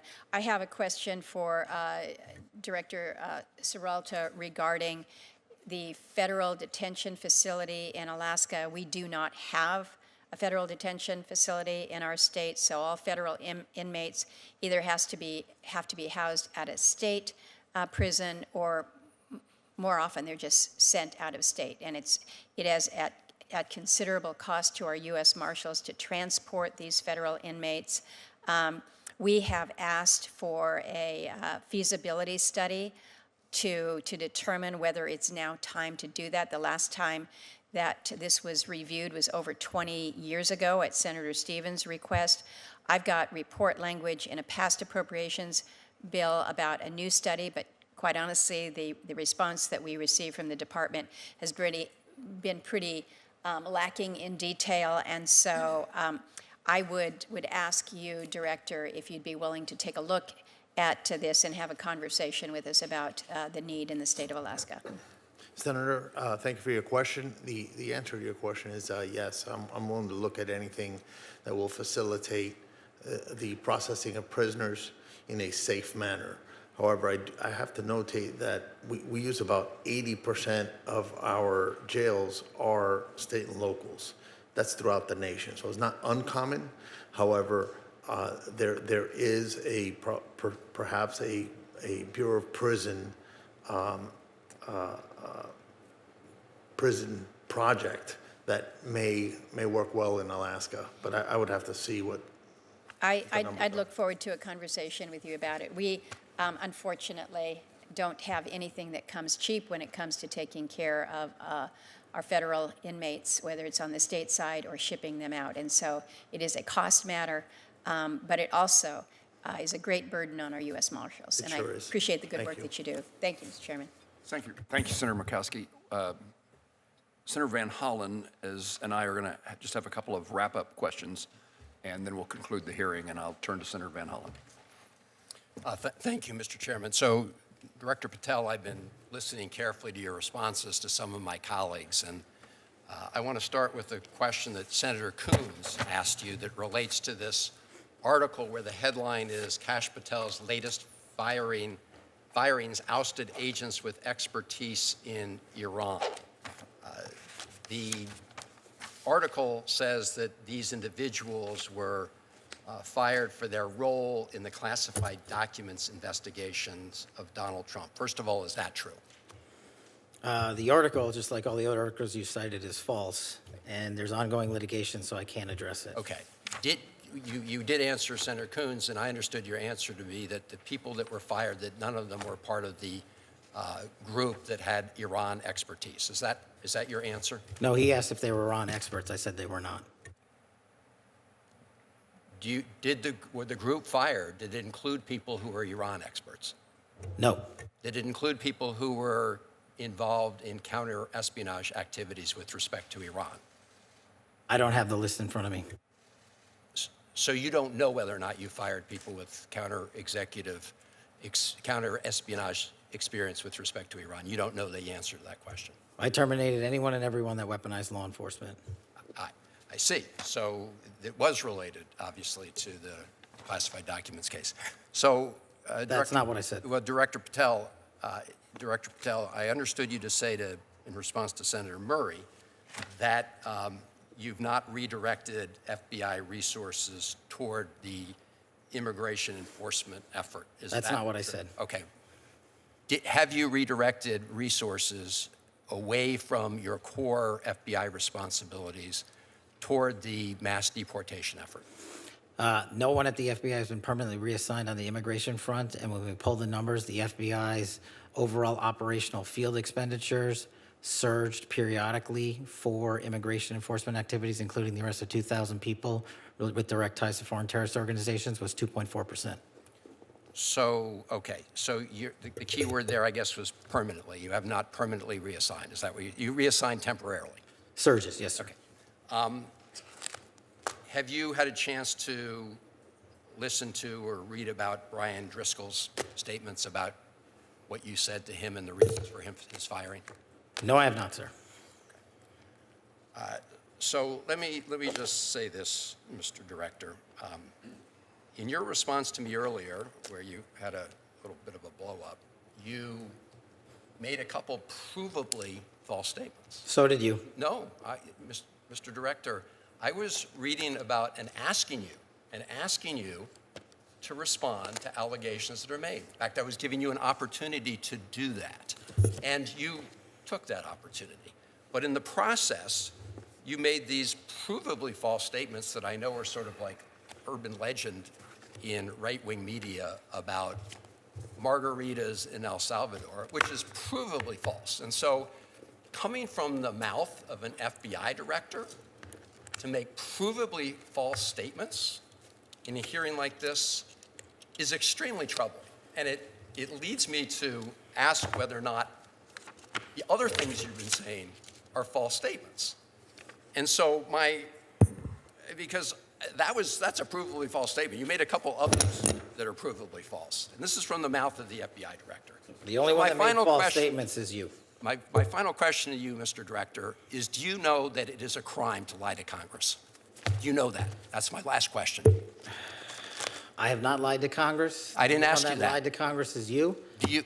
And I'm not testifying here, sir, and I don't lie. maybe the next time you run up a $7,000 bar tab, we can talk about it. Well, see, there you go, lying again. You suggested in the FEC report. I'll post it right now. You suggested it was Hang public. on. It wasn't public money, as you know. That was for a 50-member staff party. So it was a $7,000 bar tab. Mr. Patel, I'm glad. Let me just say in closing, Mr. Chairman, two things. I'm glad that you have agreed to take the test regarding, whether you have alcohol problems. I'm glad you agreed with me to do that. You still haven't answered my final question. Do you know, Mr. Director, that it is a crime to lie to Congress? Do you know that? I do not lie to Congress. I didn't ask you that. And you're insinuating that I am I because asked you want whether you know. You want to correct your time in this session where you got steamrolled by the facts so you can have a Twitter narrative so Mr. you can Director, go raise more money and spend more money on $7,000 bar tabs. Just let the and record I'm not show, going to give Mr. it to Chairman. you. The Director of the FBI apparently does not want to answer the question about whether or not it's a crime to lie to Congress, and I find that extremely troubling. I find it troubling that you lie to the American with people law every enforcement. day. You are a disgrace, Mr. Director. Not and nearly as big the as fact that you. you can't answer that question, that concludes my questioning, Mr. Chairman, but I'm obviously very troubled.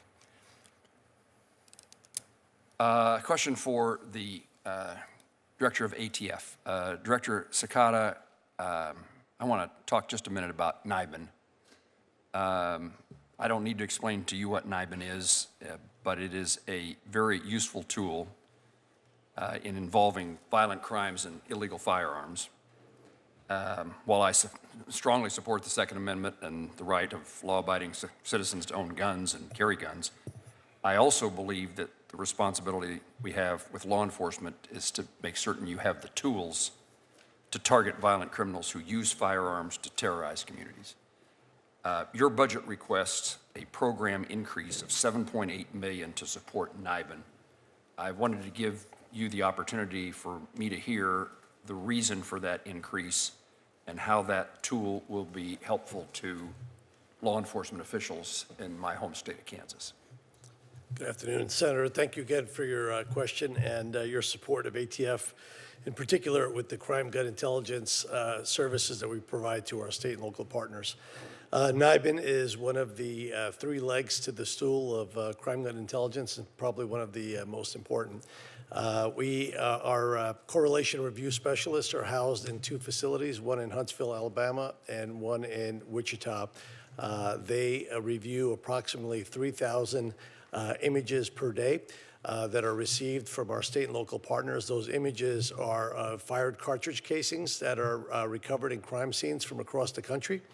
Those experts, which we call correlation review specialists, have a capacity as to how many images they can review over their 8-hour shift and be able to successfully match to a crime scene out in the field.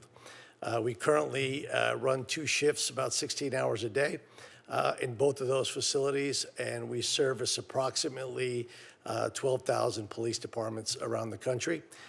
We have a pending backlog of about 30 police departments that are waiting to be added to NIBIN, and many more that are seeking support in acquiring a brass tracks machine, which is the actual machine that takes the images of either the fired cartridge casing or a test-fired casing on a firearm we would recover from a crime scene.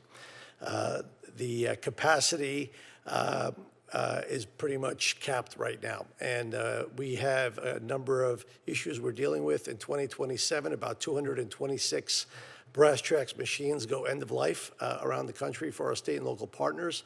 Those partners do not have a budget to replace those machines.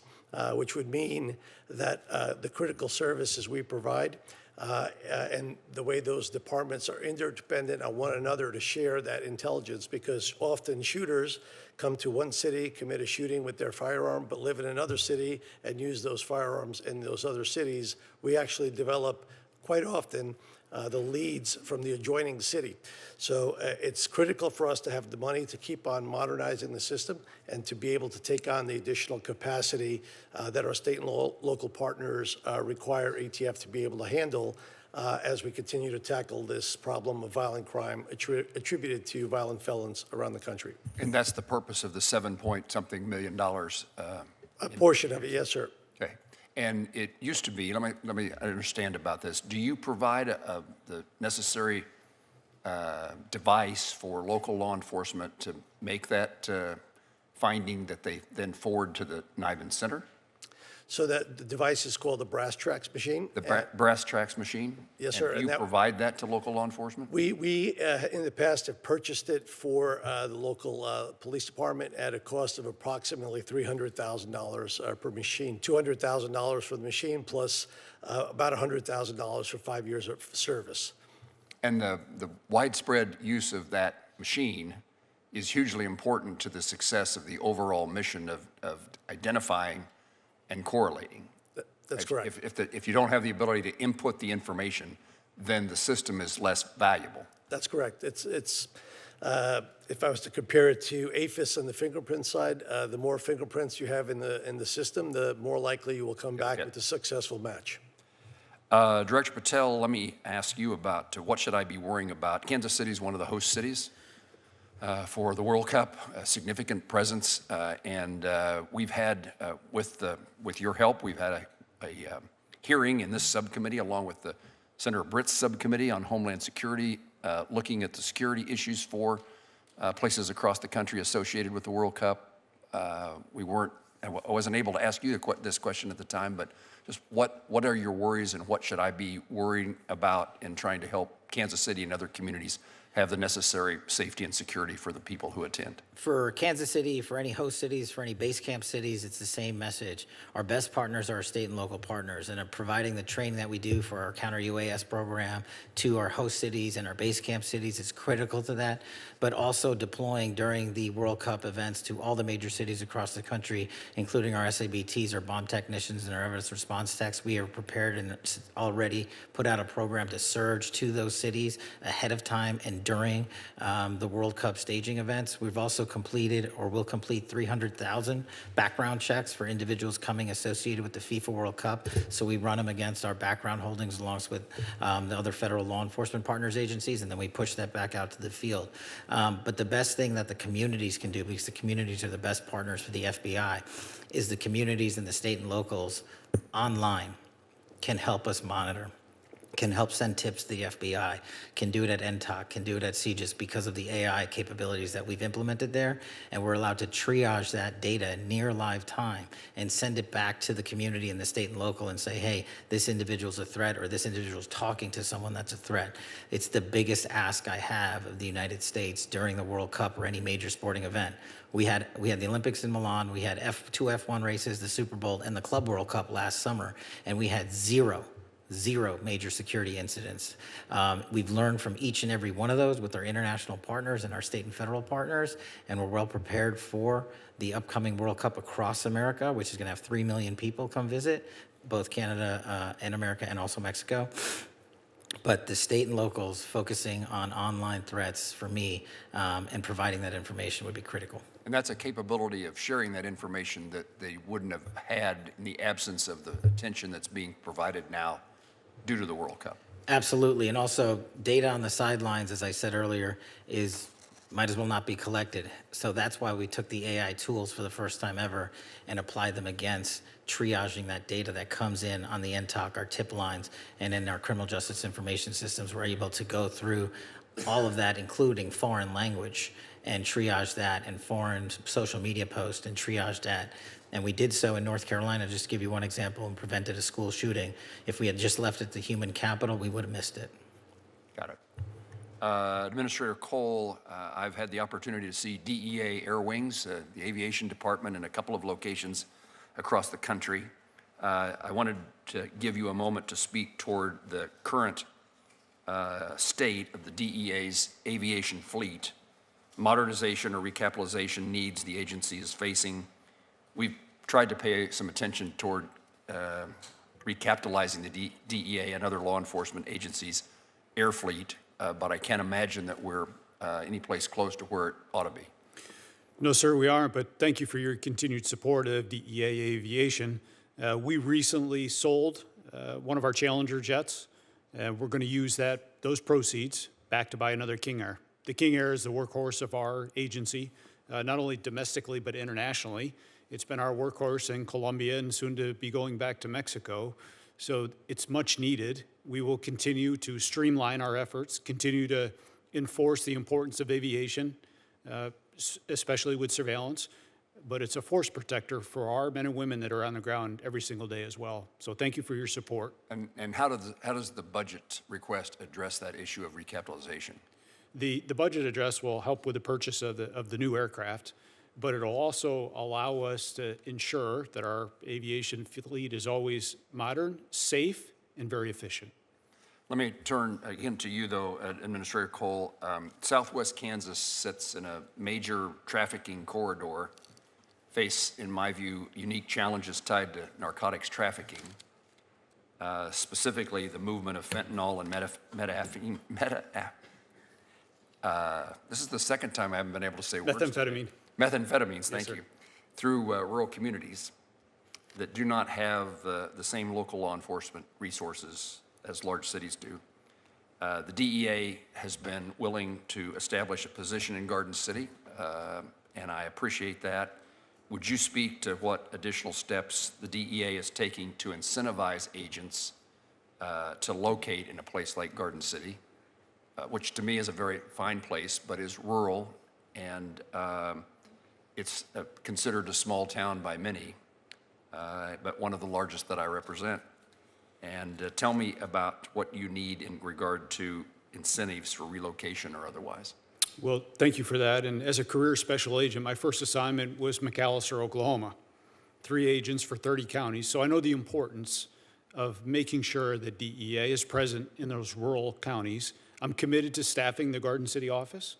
I'm going to personally pay attention to it. We're going to get you somebody there because it's the #1 priority, our connectivity to our state, local, and tribal partners to #1, address the fentanyl epidemic that's ravaging through our states, but also to increase the capacity when it comes to sharing intelligence that allows the state and locals to do their jobs.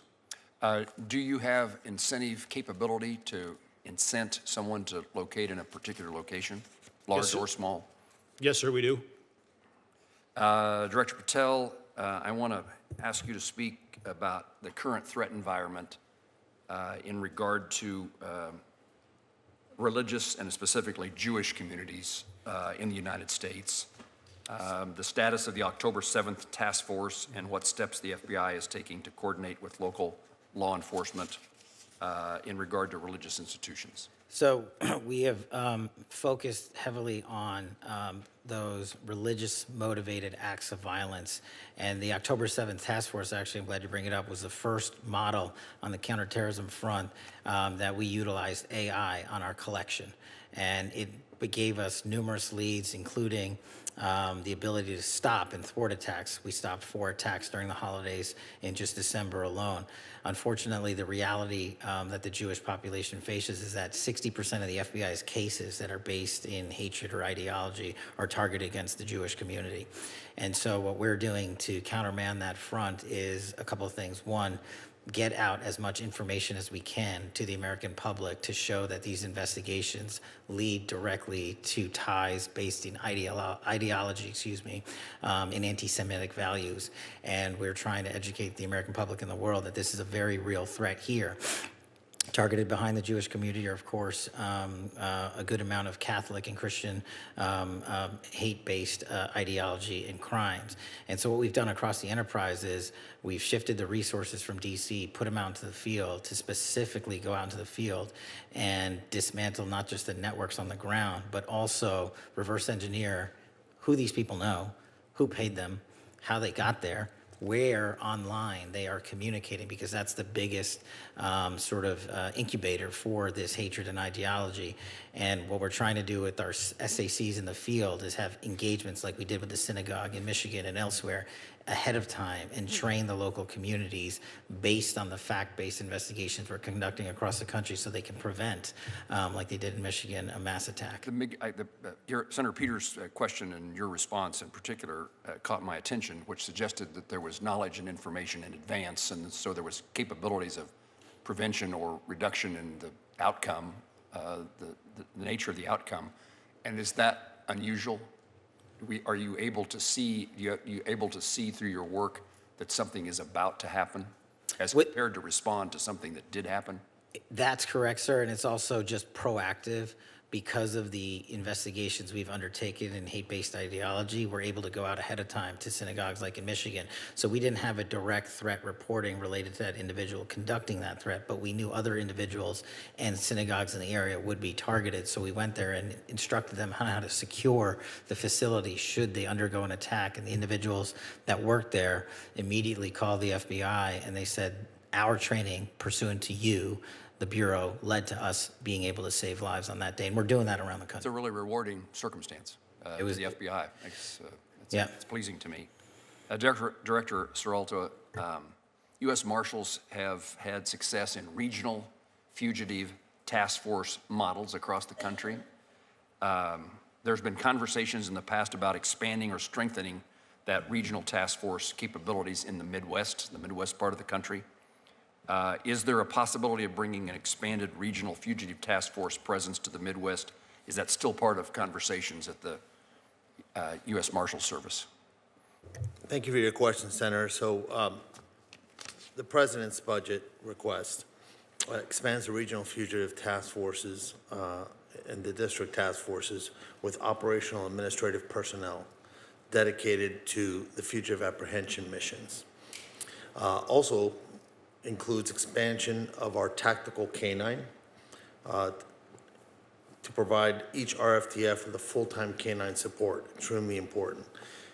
For that, we were provided with $43 million.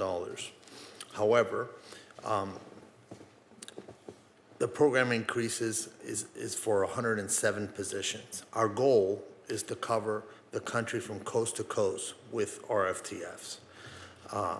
However, that does require permanent appropriated funding for that purpose. So, short answer is yes, sir. There is thought. That was my second question. Do you have the resources to implement that thought? And your answer is not necessarily. Not necessarily, sir. Understand. Director Patel, I was an advocate of your idea a year ago of putting agents in the field, and we heard today a number of instances in which that's made a difference.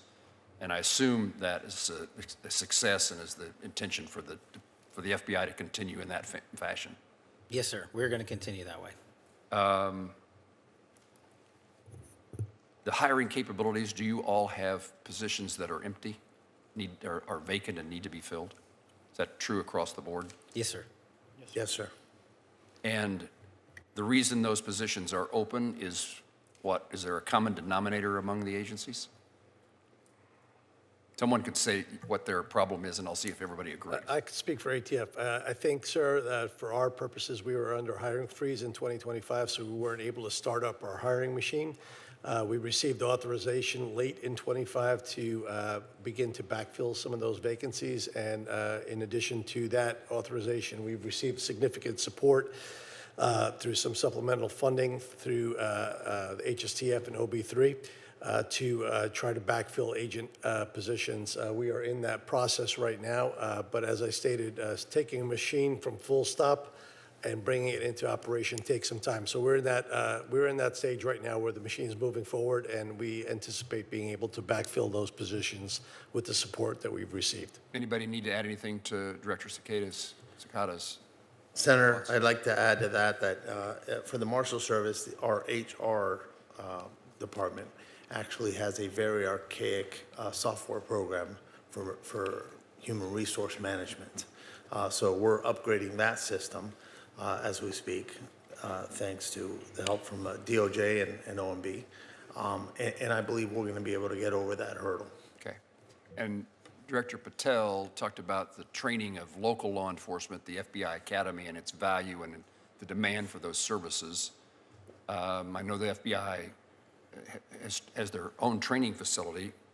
We ought to figure out how we can train more local law enforcement officials. I've seen and had conversations with local law enforcement officers as well as their superiors who are so pleased by the training they've received, and it's a professional change in their lives, having had that experience. Is once you find someone to fill a position, is training an issue to get them on board and at work? I think there's two pieces to that. The National Academy to train our state and locals, for whatever reason, they had capped it before I got there, and everybody across the country wanted more slots, so I'm putting 200 more police officers through our National Academy here, 50 more per class. That problem you're apparently solving, or? Yeah, that one we've solved. On the BFTC side of the house for the special agents, what our lag was there was essentially 100 days from once you submit a piece of paper, your application, to say, I would like to come do this, and for them to just receive an interview. So we eliminated the lag time. So we took off almost 4 months of lag time. And because of that, our BFT classes have started going up. And so our recruiting has also been heavily invested in to recruit around the country. And so we're filling the billets, and as soon as you graduate BFTC, you go immediately to your field office assignment. There's no, like literally the day after graduation, you report for duty. Let me ask the other agencies, if you're successful in recruiting, do you have the capacity then to train and put that new agent in the field at work?